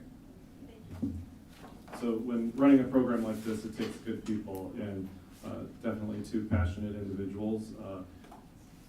Paula V's a little further along. She's been at it for a year and a half. This is Glenda's first year. So really the program was run by 2 very young beginning educators, and they brought their passion each and every day. And the students were definitely the ones that benefited from that. So with that, we'll jump into the slides. Board members, I did provide you a narrative. I kind of provided that for you for a little background information, and then as you leave, you might have a few more questions that you can dig into deeper. My presentation this evening follows the requirements and guidelines document set forth by the foundation that provides us our funding, and so does your narrative document. But first part of our requirements and guidelines is that we have a variety of people involved, and they have different roles and responsibilities. So it starts with students and their involvement. This year we were able to invite up to 65 students. 61 actually joined, and 43 were consistently part of the program. And then our Beyond the Bells team, which includes our program coordinators as well as our youth mentors. as well as our reading corps tutor is very much a part of that team. And then late in the year, we were additionally able to add our United Way volunteers, which gave the program a nice little boost. Additionally, we have our parents involved. Parents are part of the comprehensive planning team, and a part of the grant expects us to really involve the community as much as possible. And so later in the slides, I'll be able to talk about ways we've got that in motion. The school board, part of our responsibilities is to make sure we do 2 presentations or provide information to you twice a year. I believe back in January or potentially early February, you were given an update, and then this is our second presentation. The administration is very much a part of the program myself. I'm kind of overseeing things and completing the end of the year reports as well as the application process. Dr. Morris, Dr. Gelati, and Dave Halas have all visited the program at different points and have been able to see the program in action. Our teaching staff, we've really engaged our teachers a little bit more with the program in the sense that we've got a schedule where they visit the program for about 15 minutes after school on a rotation. So that keeps them very much in tune with what their students are engaged in our program, as well as the Comprehensive Planning Committee, which meets monthly.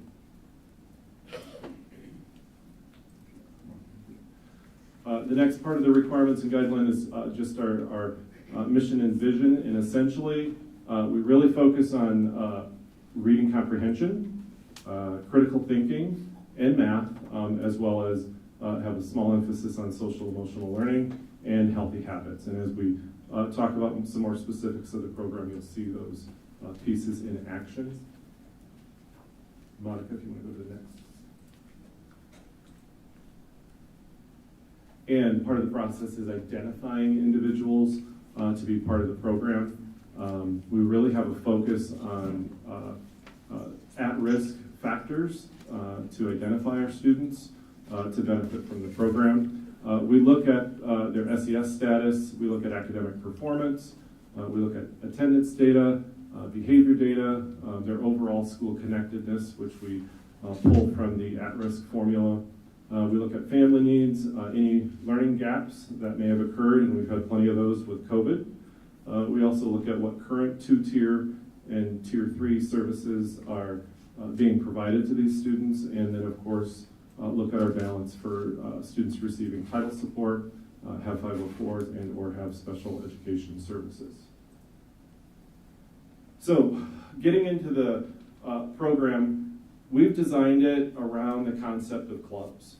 So everything the kids do, they're part of a club, which kind of gives it a fun factor, whether it's a reading club or a basketball club, they're part of different clubs. And so we have a variety of clubs. Reading is our main emphasis. We try to make sure our kids, of the roughly 2 hours they're with us, or 3 hours on Wednesdays, that about 50 minutes is dedicated to reading. And then all other clubs are run for 30 minutes or 45 minutes, depending on the evening and depending on what 6-week cycle we are on. Fitness for Life clubs, I kind of coined that over the summer when I started looking at our Fitness for Life clubs, but that is an area where we're really able to engage the community. This past year, we engaged with the Quad City Storm, which came and did a 6-week hockey unit with the students for free, and then we were able to take a field trip to one of their hockey games. We engaged the Quad City United basketball team. They ran about a 12-week program for us. We engaged the St. Ambrose women's soccer team. They ran a 6-week soccer program at the end of the year for our students. Other clubs that we have that relate to Fitness for Life.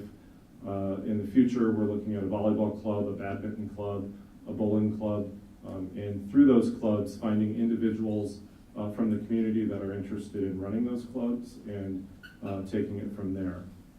They would be coined as a club leader. We also have language clubs, which is a very exciting part of our program. With our language clubs, we focused on sign language, Spanish, German, and French. And For our foreign language clubs, we were able to engage the high school teaching staff, and they in turn got high school students to run the program. So the high school teacher oversaw their work, and then the students came on a weekly basis for 6 weeks and ran the program and exposed our at-risk students to some really unique perspectives and cultural exposure. The other language club is sign language. We didn't have sign language this year because she did previously run it for 2 years, and she was looking to take a year off because her child was very busy with after-school programs at 8th grade, and we're hoping to get her back on for next year. Another aspect of our clubs involves STEAM. We engage with a community member who runs STEAM Club, and he comes every Wednesday, and he's excited to continue his aspect of the program. And one thing he did for us is he offered 12 scholarships to 12 of our students to attend his STEAM on Wheels that's located in Bettendorf for the summer programming. So that was an exciting feature that he offered. Once a week, we do provide a social emotional lesson, which provides our students an opportunity to reflect on their behaviors, reflect on their relationships and responsibilities. We tie it in with our PBIS program, and we often use it to, if we're going to be doing something new or have a shift in the programming, or say take a field trip, we use that to help us prepare for our expectations for those changes and or those trips. And that leads us to our field trip excursions. Part of the grant does want us to get our students out in the community a little bit. I talked a little bit about our field trip to a Quad City Storm hockey game. We also had a field trip to BAM, Books A Million, where they supported our kids getting a free library book at the end of the program. And then we ended with a little trip to Happy Joe's. So those trips are always exciting for the kids. We also took a field trip at the end of our basketball unit, which was also at the end of our Spanish club, to Azteca. And that was probably one of my memorable experiences, because many of these students had never been to a Mexican restaurant, and we're still coming off COVID. And for all of you that know, as soon as you sit down, they bring you a bowl of salsa and a bowl of chips, and everybody's dipping, and some of them haven't had salsa before, so they're licking the salsa to make sure they like the salsa, and then they're double dipping. So we frantically got everybody their own personal bowl of salsa so they could dip and lick as much as they wanted. But, fun experience. We enjoyed that trip. Monica, next slide. Part of the program also includes some student evaluations, and so looking at our data, because we do like to be data-driven, and we know that Beyond the Bells is just one of the multiple programs that will support our students' learning throughout the day, and it's an extension of their learning. But as we look at data, we looked at attendance, we looked at our math. Our math data looks really good for our Beyond the Bells students. We started identifying, when we looked at students that were part of the program, 70% of them were PAR students, which are persistently at risk. That means they're persistently performing below grade level. And at the end of the year, we were at 52% of the students within our Beyond the Bell program. Reading looks a little different. We maintained. One thing that's a little different is in September, we identified 43 students to begin the program. And by May, we had worked up to having 61 students in the program. So although the percentage doesn't change, the number of students working did change. And then the other aspect of the program, following data and following the end of the year evaluations, we utilize our conditions of learning data from year to year to give us an overall perspective on how our kids are doing socially and emotionally. And so, our Grantwood data is reflective of many pieces of and many tools at work, and we're very proud of our conditions of learning data when compared to the district as well as the state. A large part of that is due to the effort our teachers have made with our PBIS work. We've also implemented paths, and a large, it reflects the total effort that we've given throughout COVID and beyond.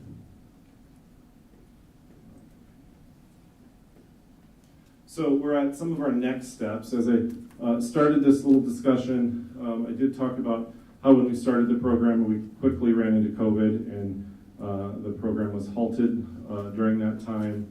And then following the hybrid model, we had kids coming every other day and who were part of the program. And so one piece that we probably need to focus on in the near future, and I'll be transitioning Jill, my replacement, to prepare for some of this, is we would need to look at overall our needs assessment. We've probably got about 80% of that pulled together, pulling that together in the next couple of months and completing that needs assessment so it can kind of outline some of our next steps. And then formally evaluating the reading program or the reading club, the STEAM on Wheels club, the field trip excursions, and getting back formal evaluation feedback after each one of those. Right now, our evaluation is kind of more summative, and it's reflective of the entire program versus some of the smaller parts. So basically that work would be taking the evaluation tool that we have and making it a little more specific to some of the certain aspects of the program. Monica? Staffing has been a concern and will continue to be a concern. That is a statewide concern when we're trying to identify our consistency with our staff. Right now, youth mentors often could be paraeducators, and we've been very fortunate to find at least one individual who is a college student. But part of the program wants to continue to capitalize on members of the community. And so currently we do have the program coordinator position posted for next year. Paula V is going to take some time to focus on her teaching, and Glenda is going to take some time to focus on her children. And so we do have a program coordinator advertised.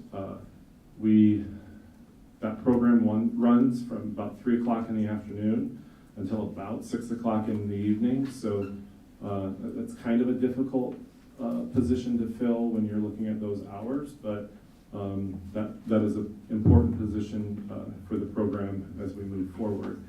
Youth mentors, we've been able to collaborate with St. Ambrose University, and we currently have 2 members planned for next year. One was a part of the soccer program, or the soccer club, and she's staying with us, going to continue to stay on as long as her schedule allows her to be a youth mentor. And we've worked with a parent, a Grantwood parent who also works at St. Ambrose University in the mental health department, and she's able to get us a intern to work as a youth mentor, so that's exciting. We have a current paraeducator also returning as a youth mentor, and last year we had 3 consistently, but we do have the funding. Speaking of funding, Bree also helps support our program, but I do believe we have written a grant for a total of 4 youth mentors. We do have the AmeriCorps tutor who is not returning next year, so hopefully Grantwood is afforded to get another AmeriCorps tutor, and they will be a part of the program as well. And then our hopefully that excellent program with United Way continues, and then our club leaders who are volunteers often, or they do have paid positions for club leaders who are part of the community interested in that area. The end of the year, we do survey our students. We survey them throughout the year. We gather that data. We survey our parents who are part of the program. We survey our Beyond the Bell staff for their feedback. We survey our students, and we get all kinds of feedback from them. Some of the feedback, some of their highlights are definitely the food program for the healthy habits that we've put in place. We went from serving them a simple snack, like a Rice Krispie bar, to serving them a full meal at the end of the day. So for some of these kids, it's the highlight. You fill their belly up at about 3:45, and then they work pretty hard and read a little bit more for the remaining of the day. And then as well as our teachers, so we gather their perspective on the program and how their students are responding to the program from their perspective. And then an analysis on the data that we've collected earlier, looking at attendance, looking at that math growth, looking at that reading growth, and how is Beyond the Bell supporting that, and what can we do differently to within the program to enhance some of that data. I think that's it. So that, in a nutshell, really kind of summarizes where we've been, where we're going. As the principal of Grantwood for the past 12 years, this is an exciting part. It's been a passionate part of my day, and it's involved a lot of extra work, but so well worth it because we are serving the exact kids that need this level of support to feel more connected with school. And from some of our teacher feedback, our program runs on a Tuesday, Wednesday, Thursday, and on Monday morning, kids are asking, is it Beyond the Bell tonight? Is it Beyond the Bell tonight? So that right there is some feedback that our kids are looking forward to their program. They're looking forward to working with the adults in the program and being more connected to their school. So with that, I thank you. Paul, questions? Not so easy. Can you just give us, everybody likes the human interest story. Can you point out maybe one or two of the best examples you can have of human interest stories? Kids went through that and they went on to middle school and just blossomed. Pallavi and Glenda, I default to you. So you'd be thinking, the program is still in its infancy stage to really be able to measure that. The story that's coming to my mind is not necessarily a Beyond the Bell student, but part of our program involves grant money, and I get to be so fortunate to go to Walmart about every 2 weeks and purchase odd items. So I'm an individual with a cart full of cookies, like bags and bags of them, and the cashier, who was a young, probably 19 or 20-year-old, as he's running up my 20th bag of cookies, he's like, "Do you run an after-school program?" And I was like, "How do you know that?" He said, "These are the exact same cookies we used to get served at our after-school program." So it's the cheapest cookie at Walmart, and that's one that makes me laugh. The other, the highlight is, I don't know if it's a personal story, but some of our kids struggle with transportation after the program. So we definitely had a family of 4 children, and they loved coming to Beyond the Bell, but parents were not able to pick them up at the end of the day. So we provided their transportation after school home, and kind of having their little conversations as I gave them, a ride 3 blocks down the hill and what their highlights were for Beyond the Bell. They always talked about the food and their friends. Good enough. Yeah. Thanks, John. Thank you. I have just a quick question. I know that you said that you were looking at getting the community in, and that you needed, more help in that reading. Have you paired with the Bettendorf Library? Yeah, we actually. Have you had people in? Because I know that public libraries love to come in and work with schools. Yeah. So I don't see Glenda coming up, but yeah, we did. Glenda headed that one up, and we had a volunteer from the public library come, was it twice a week? Every Wednesday. Every Wednesday. Yeah, so every Wednesday we had the public library join our group and did a read aloud and book talk. it's always great to get them because then they can figure out that they can go to the library and Absolutely. they have that access over the summer and all of that too. So.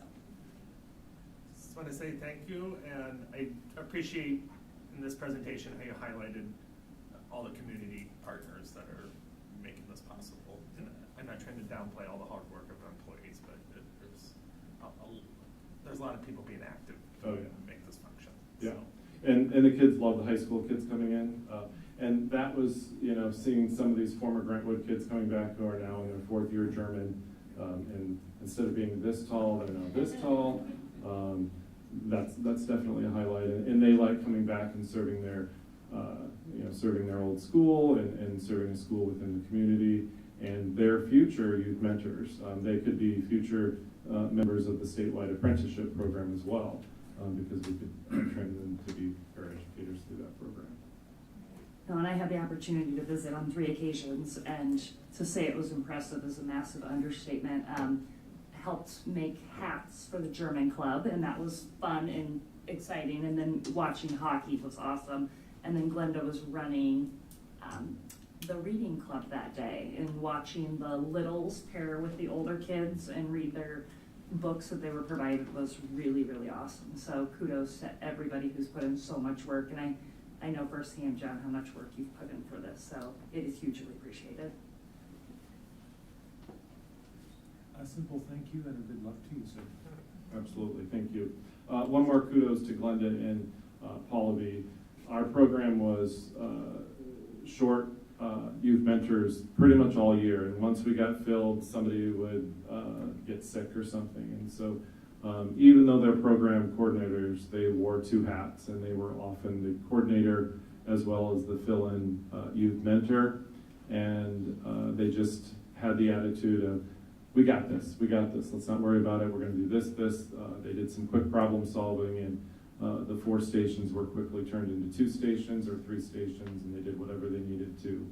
And so as we move forward, I just want to give them a big thanks. We've had 3 years of the program, 3 different years of program coordinators, and I feel like I'm leaving the program in really good shape. It's not a finished project yet. It's a 5-year commitment, so we have 2 more years to continue to work on some of these pieces, but I give Glenda and Pallavi kudos for the work that they did. So thank you. Thank you. Thank you, John.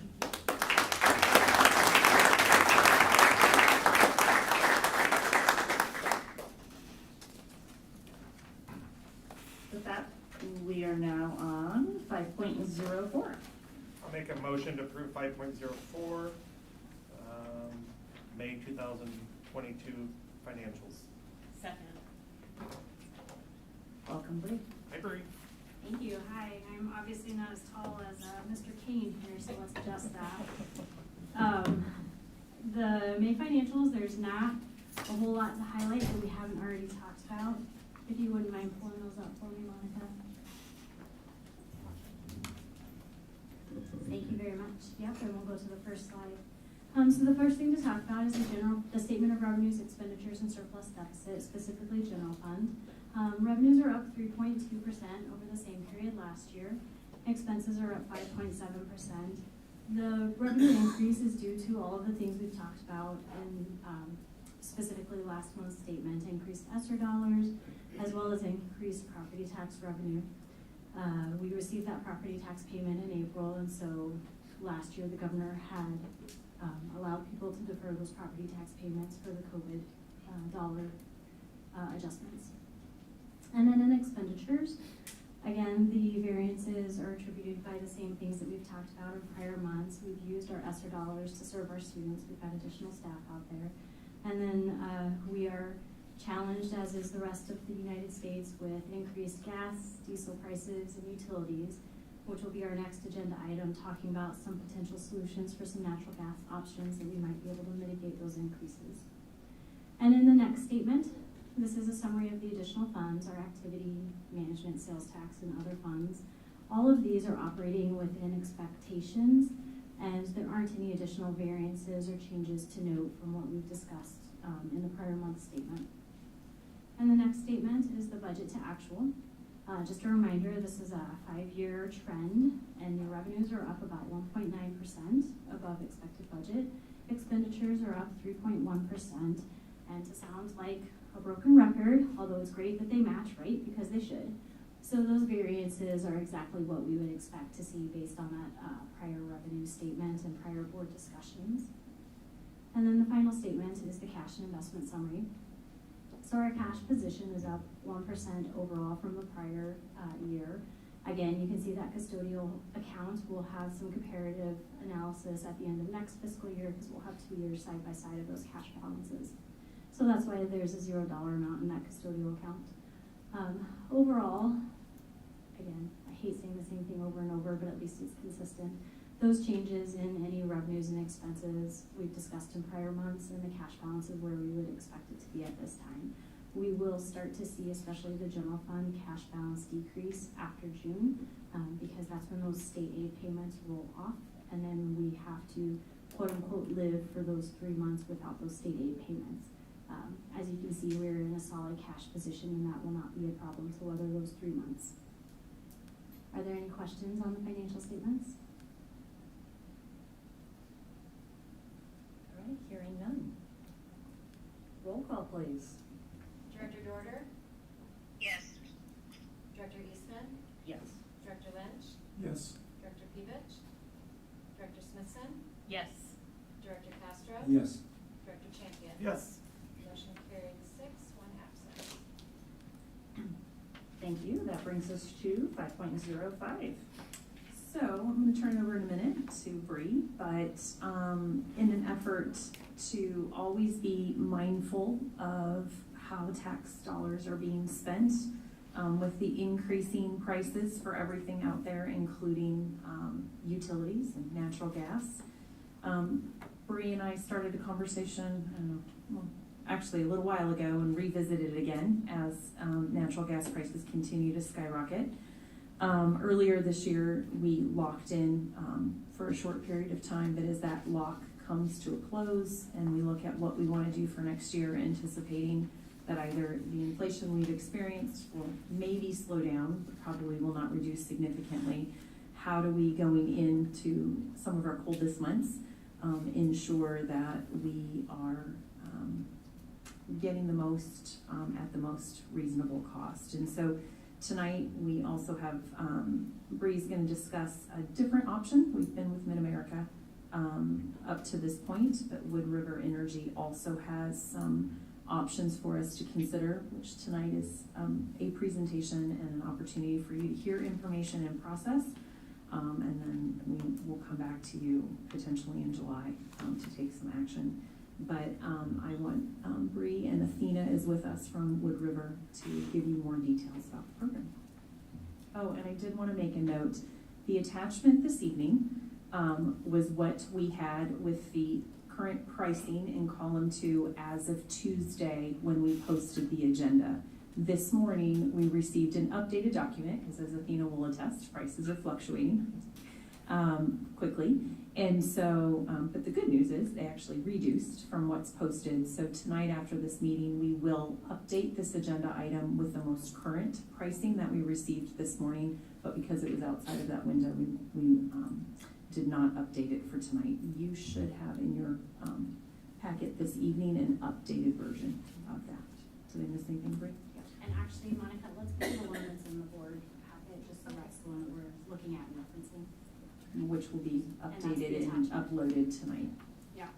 So I apologize for being on my phone. I'm not normally that person, but we do have remotely joining Athena. And when I joined her to the Zoom, that messed up the audio for Director Dorder and for Athena as well. So Athena, can you hear me okay?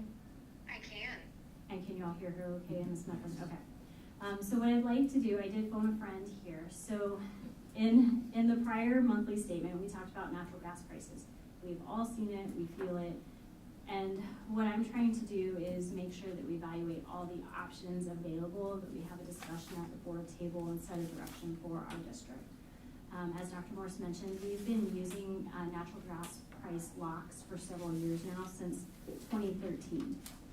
And Wood River has been in the energy business many years. Back in 2019, they formed a local government risk pool in a partnership with ISPIS, which is one of our vendors that we have. And Athena, please, if I'm saying anything wrong, correct me. And what I'd like to do tonight is just kind of talk through the 3 types of pricing structures that we will see and get the board's feedback on some potential next steps. So the first column that you see is, and these are Wood River specific, but they would apply whether we were with Wood River or whether we were with Mid-American, as we had been for the last several years. The only column that's different is that last column, that local government risk pool. So I believe the price protection program is different as well. I can't speak to if that is an offer where you currently are, so. Okay. So the price protection program is where at the Wood River Energy Company buys in bulk the different, the natural gas. And so that helps to mitigate some of those market ups and downs, but you are still subject to the market. Is that accurate, Athena? So we as a company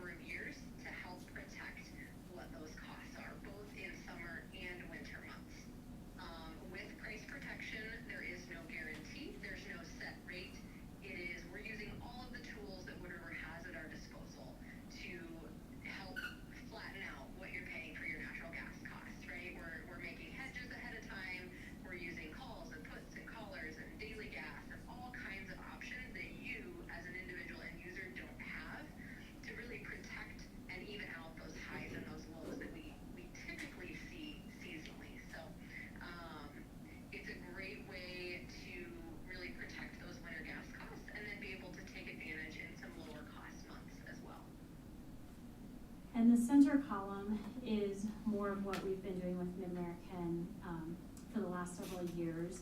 So to Dr. Morse's point, the reason that I asked Athena for updated pricing, which you have in your packet and we'll upload into the board packet for reference later on. So this was as of June 14th. So today when they pulled them, the 1, 3, and 5 year were $7.89, $6.91, and $6.71. And so that's a substantial change, and it's one that I wanted to make sure and highlight, whether we choose in a future meeting to go with Wood River or whether we choose to lock with Mid-American as we have in the past. Whatever we do, it needs to be a timely decision. And Athena, I'm gonna let you speak to the specifics about that. There was an event that caused this decrease. So there's been a series of events, as I'm sure you've all seen. The substantial increases we've seen started last year with Winter Storm Uri in February. It impacted the entire nation. It essentially changed the entire market and flipped everything upside down. What we've seen though, specifically the last 12 months, is an increase in demand, both domestically and internationally. You know, the war between Russia and Ukraine is playing an impact. The U.S. is currently exporting every therm of natural gas that we have the capacity to export. The transition to green energy here within the U.S. is still fueled by natural gas. Electricity is fueled by natural gas. So there's all kinds of things at play that have driven costs up. 3 weeks ago, we were looking at these 1-year terms likely in the $9.50 to $10 range. Then there was an explosion and a fire at one of the largest export facilities here within the U.S.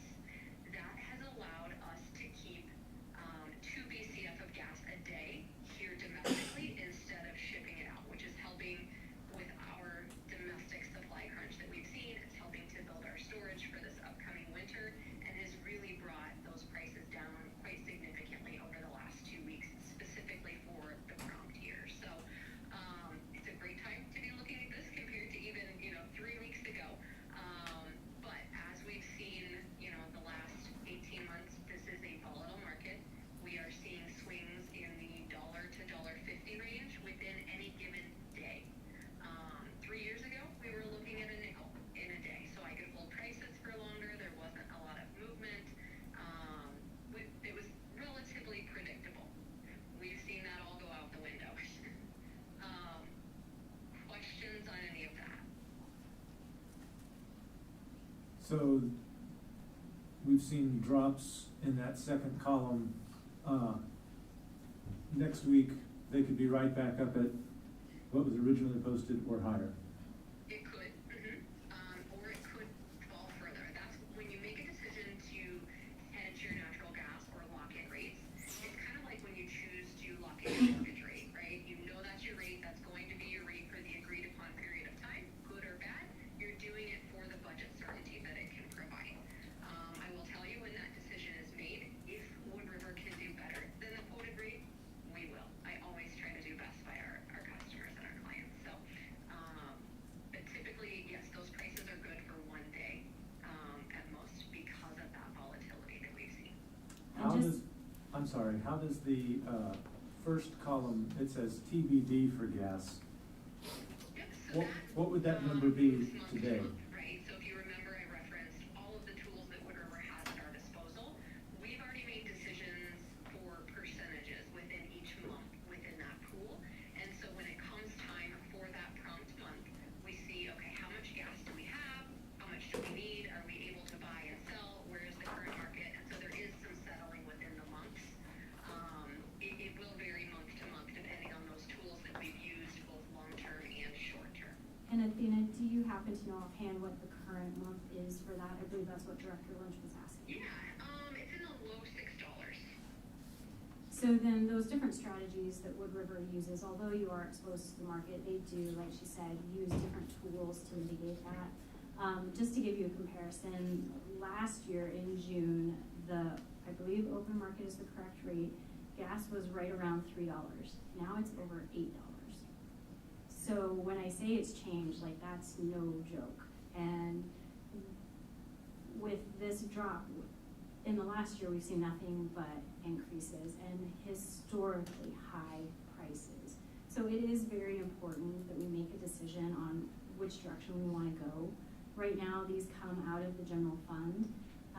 As of last month, we had spent a little over $135,000 on natural gas, but if you remember, we had one of those low-cost price locks. And so that's an artificially low number. If we were to go onto the market now, it would be much higher than that. The last column that I really want to talk about and get some feedback and questions from the board is the local government risk pool. This was formed a couple of years back, and this works very similar to the equipment break insurance that we have currently. It is something that we can take out of the management fund, and so that would save general fund dollars.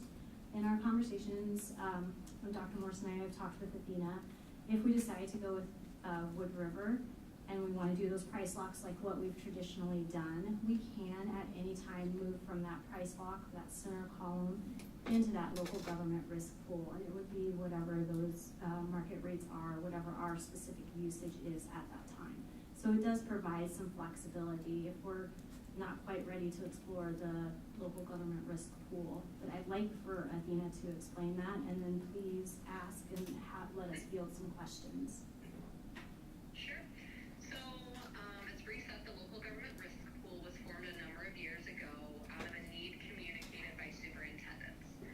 There was an extreme weather event that happened in the winter of 2014, similar to what happened here in February of 21, not as extreme. But again, it was late in the winter, and so for school districts and the way that your budgets work, there's not a lot of time to make up for those costs that come, with volatility of events like that. And so with that group of superintendents and ISFIS, there was a ton of research and legwork done to put together a program that would fit Iowa Public Schools budget needs. So with the local government risk pool, it is overseen by a board of peer superintendents. Wood River is a service provider to the pool. They set the formula for that number, but you pay a one-time per year lump sum premium payment. It is payable from the district's management funds, and then you are done with natural gas costs for the year. You do not see monthly invoicing. Wood River takes over as your bill agent directly with the utility, and that is the most you will pay for your gas, no matter what happens with weather, no matter what happens with market, or if somebody leaves a gym door open for an entire weekend, which has been known to happen. So you are fully protected from any market volatility, weather volatility, or usage volatility. That is the absolute most you will pay for your gas. Then at year end, we do full reporting where we say, here's what you used for your gas, here's what we planned on you using, and then we show you reporting on those costs and how they actually came in. So you get the value of the pool, both on the front end and the back end. The protection, within we now have 113 Iowa school districts taking part in the pool, of balancing each other out throughout that. Full budget certainty has become abundantly important the last year. I've always been very, very risk averse. This was our third event here in Iowa since I started selling gas 7 years ago. By far the largest, but it appears that it will continue to happen, and this is one way to fully provide budget certainty for school districts with the flexibility to pay from management fund. And Athena, I believe Director Lynch has a question. Sure. I have two questions for you, Athena, and then I have some questions for Bree. The first question for you, as you were describing that annual reporting, if there was a significantly lower than anticipated usage or a significantly lower than anticipated average cost, are refunds part of that? It's like you read my mind when I was having this conversation. So there's a couple of different things there. We're reviewing your planned usage versus actual, and if it falls outside of a reasonable threshold, we are reviewing that and saying, okay, do we need to issue an amendment back to districts? Did something significant change, right? Was there a building update, an equipment update? Did they close an entire wing of classrooms, right, that made that impact? There is a limit in underwriting profits on the amount that we as service providers are able to make.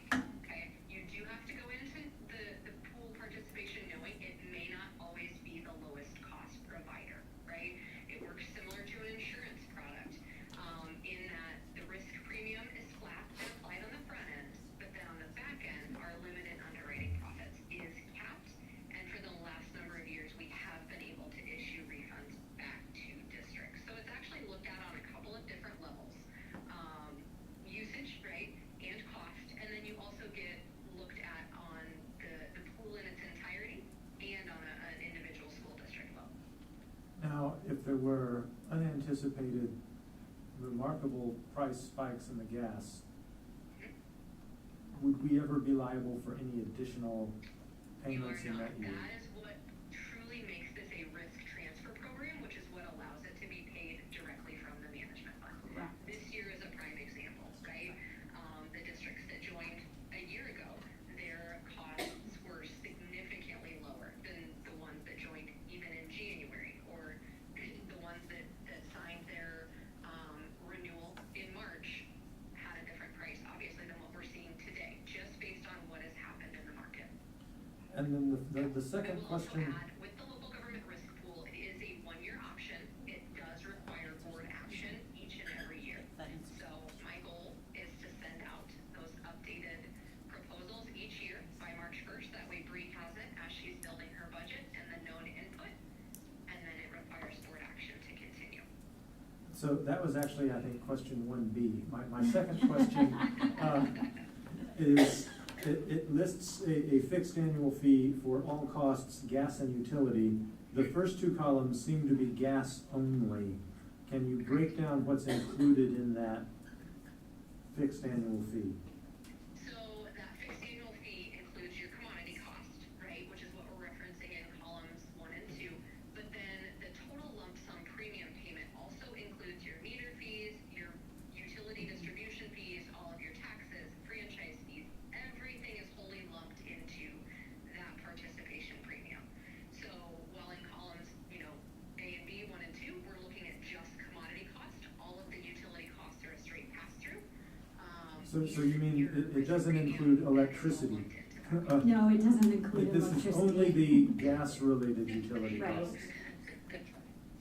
That was a fantastic question, though. Yes, I get asked it regularly. And I have worked in Wood River with Wood River at another district in a different program. And I do have to say they're very good about any kind of usage reports, any kind of invoices. And they do, in my experience, they do always tie out to what you would get from your utility company. Like any good finance director or individual, you trust but verify, right? And so that's what I did in that capacity, and they always tied out, and they are very easy to work with. I know it's about impossible to project or estimate anything anymore, but what are our projected gas costs for the next year? So that's what, if you were to hedge that gas, right, that's what that second column is. If we were to go out and we bought that gas for you today, that's what that rate would be. Obviously, if you make the decision to hedge the gas or to move into the pool, we secure the gas that day so that we can honor that price. Shake your magic 8-ball and figure out what's going to happen in the upcoming months. Every expert that we read and listen to and in our industry agrees that no one really knows. They agree that there will remain volatility. Everyone, for the most part, agrees that we will not go back to the $3 and $4 gas of the past, or even the $2 gas that we saw of the past, at least not in the near future. So in some of our conversations, and Dr. Morse has been very good to listen and pick apart questions. In some of our conversations, we really wanted to make sure, like, if we decided on that local government risk pool, is it a multi-year? Is it you have to give me 575-day notice for your 200-day contract that you want to cancel? Like all of those kinds of things that you look for. And it's not. It is the one-year agreement. One other piece that I would like you all to consider is if we want to go with the fixed price, that center column like we have in the past, what Athena has been talking about is we can move into that risk pool at any time, and it would be at that current rate, correct, Athena? Yes, we would use the gas already purchased. So say you elected a multi-year term, the 3-year term at $6.91. That's what we would use to build your risk premium for the transition to the local government risk pool. We wouldn't go out and buy new gas at whatever the rate was that day. We would use the gas that you already had secured. So these prices, like this 1-year price, $8.23, is that $8.23 for a therm or what? Different therm, per Okay, different therm. so how many therms of gas did we use last in the school district? how much gas did we use? Yeah, so what's our 5-year therm average?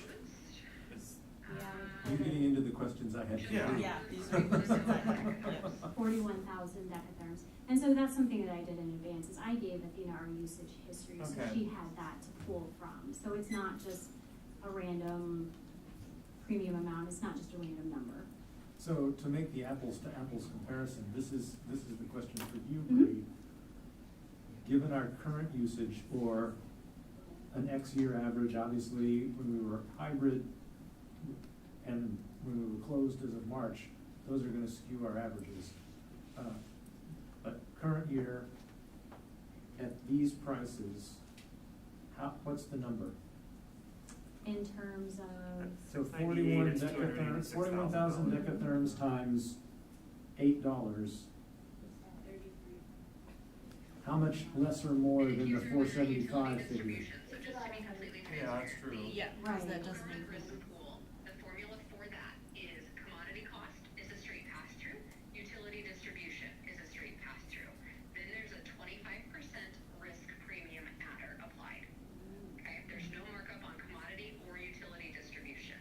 That risk premium, that formula is what is set by that board of peer superintendents. It is consistent across the entire pool. and so these, So we'd expect that 475 number would represent actual costs plus 25%. correct. Yeah, I was just curious, I wanted to do some quick math. Yeah. I was curious what it would end up costing in 2023, just pure Mhm. therm. And, you know, from my standpoint, I feel like I'm getting into the weeds of natural gas pricing. It is a But, lot, I know. And, you know, I guess, I would like to see some sort of recommendation, if you have one at a future meeting, with a simple breakdown is, if we buy gas at 8.23, or whatever the current pricing is that week, I don't expect you to update it that morning, but if we buy gas at 8.23, that the gas is gonna be 275,000, we have to pay this fee and this fee, so we're gonna be at 358, or we can basically buy an insurance policy for 500,000. Which can be paid for out of the management I was fund, gonna which say, is huge. Which is an argument. Which is in an its favor. argument, but that's one of the things Yeah, I I wouldn't mind agree. hearing are the advantages of using the management fund instead of the general fund. So maybe at a future presentation, because I think that's a huge consideration. Absolutely. We're prepared to share the pros and cons to the management fund. We anticipated some of these questions. So, and we know from previous board meetings, there has been interest in how can we leverage the management fund more. So when this opportunity presented itself, we felt we would be remiss by not sharing this information with you. But it would, if that premium up there, the updated one of 474, so about $475,000 would be a $475,000 savings to the general fund. I mean, that had to come out of the general fund to the management fund, but I'll let our finance expert share even more information. General fund.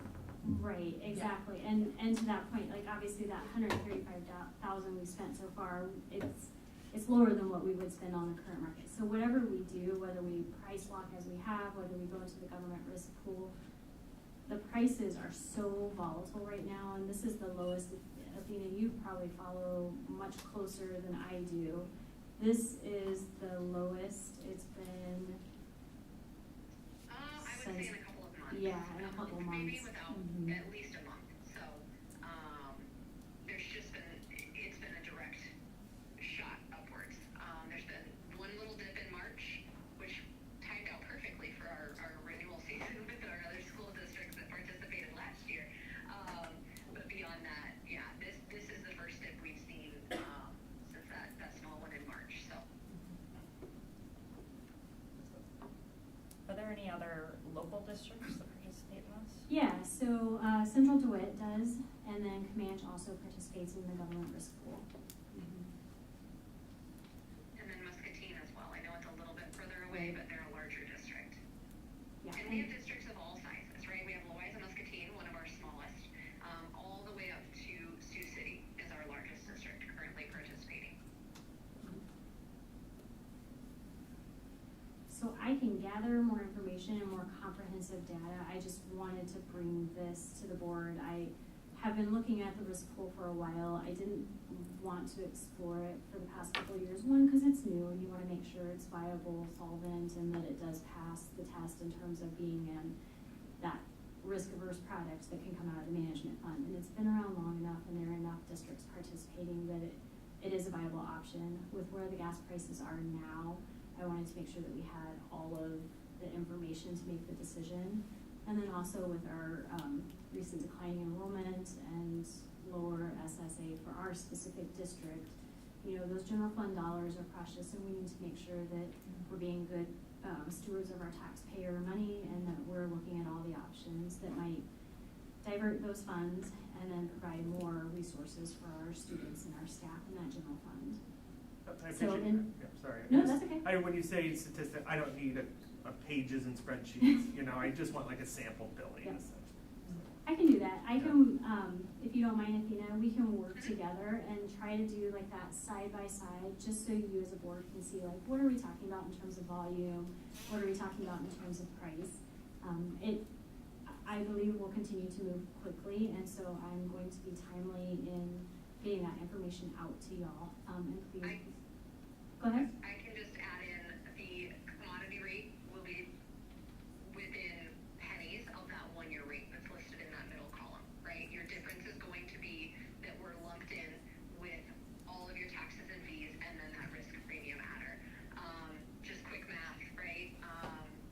Puts you at about $350,000 for commodity costs based on 42,000 decatherms of gas. So that's how much just the market. And that's just gas. That's not any of the fees and any of that. There you go. Thank you. Thank you. River has no impact on those. That's a straight pass through from Mid-American, approved through the Iowa Utilities Board, consistent for everyone.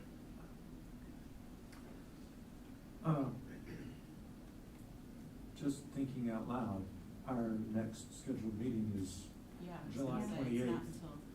If your recommendation, in light of the financial analysis, was that we should pursue this as a district, and if conditions were favorable because rates have dropped further and we needed to act quickly, it might be appropriate to call a special meeting to take care of that, and obviously that would be on very short, notice, so that It's a single action meeting. so that action could happen. We can definitely do that.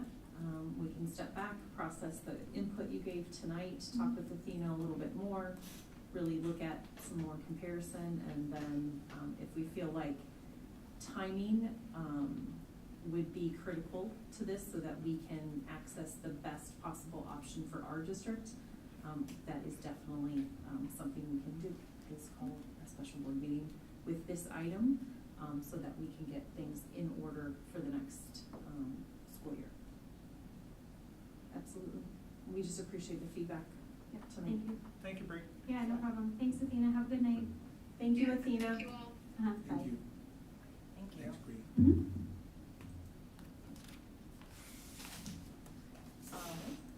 That brings us to 5.06. Do I have a motion? Richard, I'll make a motion to approve 5.06, shared counselor, approve the shared counselor position at Edison between Bettendorf, North Scott, Pleasant Valley Schools for the 2022-23 school year. Sorry, Richard, I thought you were I'll about to second talk that. and I was on the wrong page. I was thinking. I was reading the actual agreement and not the motion. I was worried I was gonna interrupt you. We'll turn things over to Dr. Morris. Alrighty. So we, as you know, we have a shared agreement to serve Edison as our alternative high school program. Up to this school year, we've had a shared agreement for a licensed school social worker at Edison with the AEA and the districts, and then we have had a half-time school counselor at that school site, so kind of 1.5 FTE. The licensed school clinical social worker who was employed through the AEA that we had the benefit of sharing with has moved on out of the AEA to a different position. And so we were asked by the AEA if we wanted to continue that shared agreement.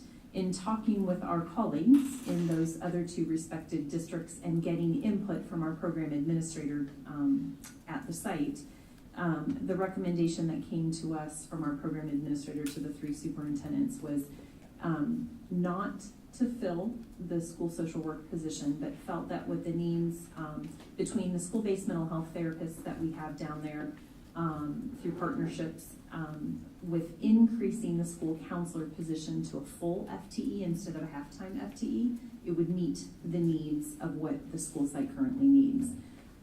So thanks to Bree and Jill Matherly, our director of HR, we worked on reflecting on that job description and updating it as, you know, anytime you're looking at changes in positions, it's always good to reflect on what are current job duties. The process to have it be considered a shared position for additional weighting is that we have to receive state approval. And so actually it came in today, didn't it? The state approved our request to have this as a shared agreement or a shared position for additional weighting. And so then obviously the cost for the salary of this employee and all the statutory benefits is split amongst between the three districts. So we're asking you to consider approving this agreement for this shared counselor position. The state has already blessed us for additional weighting, and we think it will appropriately and adequately serve the needs of the students in the program. Any questions? Bree, did I miss anything? No. Okay. Any questions regarding this position? All right, hearing none, roll call. Director Eastman? Yes. Director Lynch? Yes. Director Pevich? Director Smithson? Yes. Director Castro? Yes. Director Champion? Yes. Director Dorner? Yes. Motion carried, 6 to 1 absent. All right, that brings us to 6.01. I move the board entered closed session in accordance with Iowa Code Section 21.5, paren 1, paren J, to discuss the purchase or sale of particular real estate where premature disclosure could be reasonably expected to increase the price the school district would have to pay for that property or reduce the price the school district would receive for that property. This time I was on the right page. I can second it, so, second. Roll call, please. Director Castro? Yes. Director Champion? Yes. Director Dorner? Yes. Director Eastman? Yes. Director Lynch? Yes.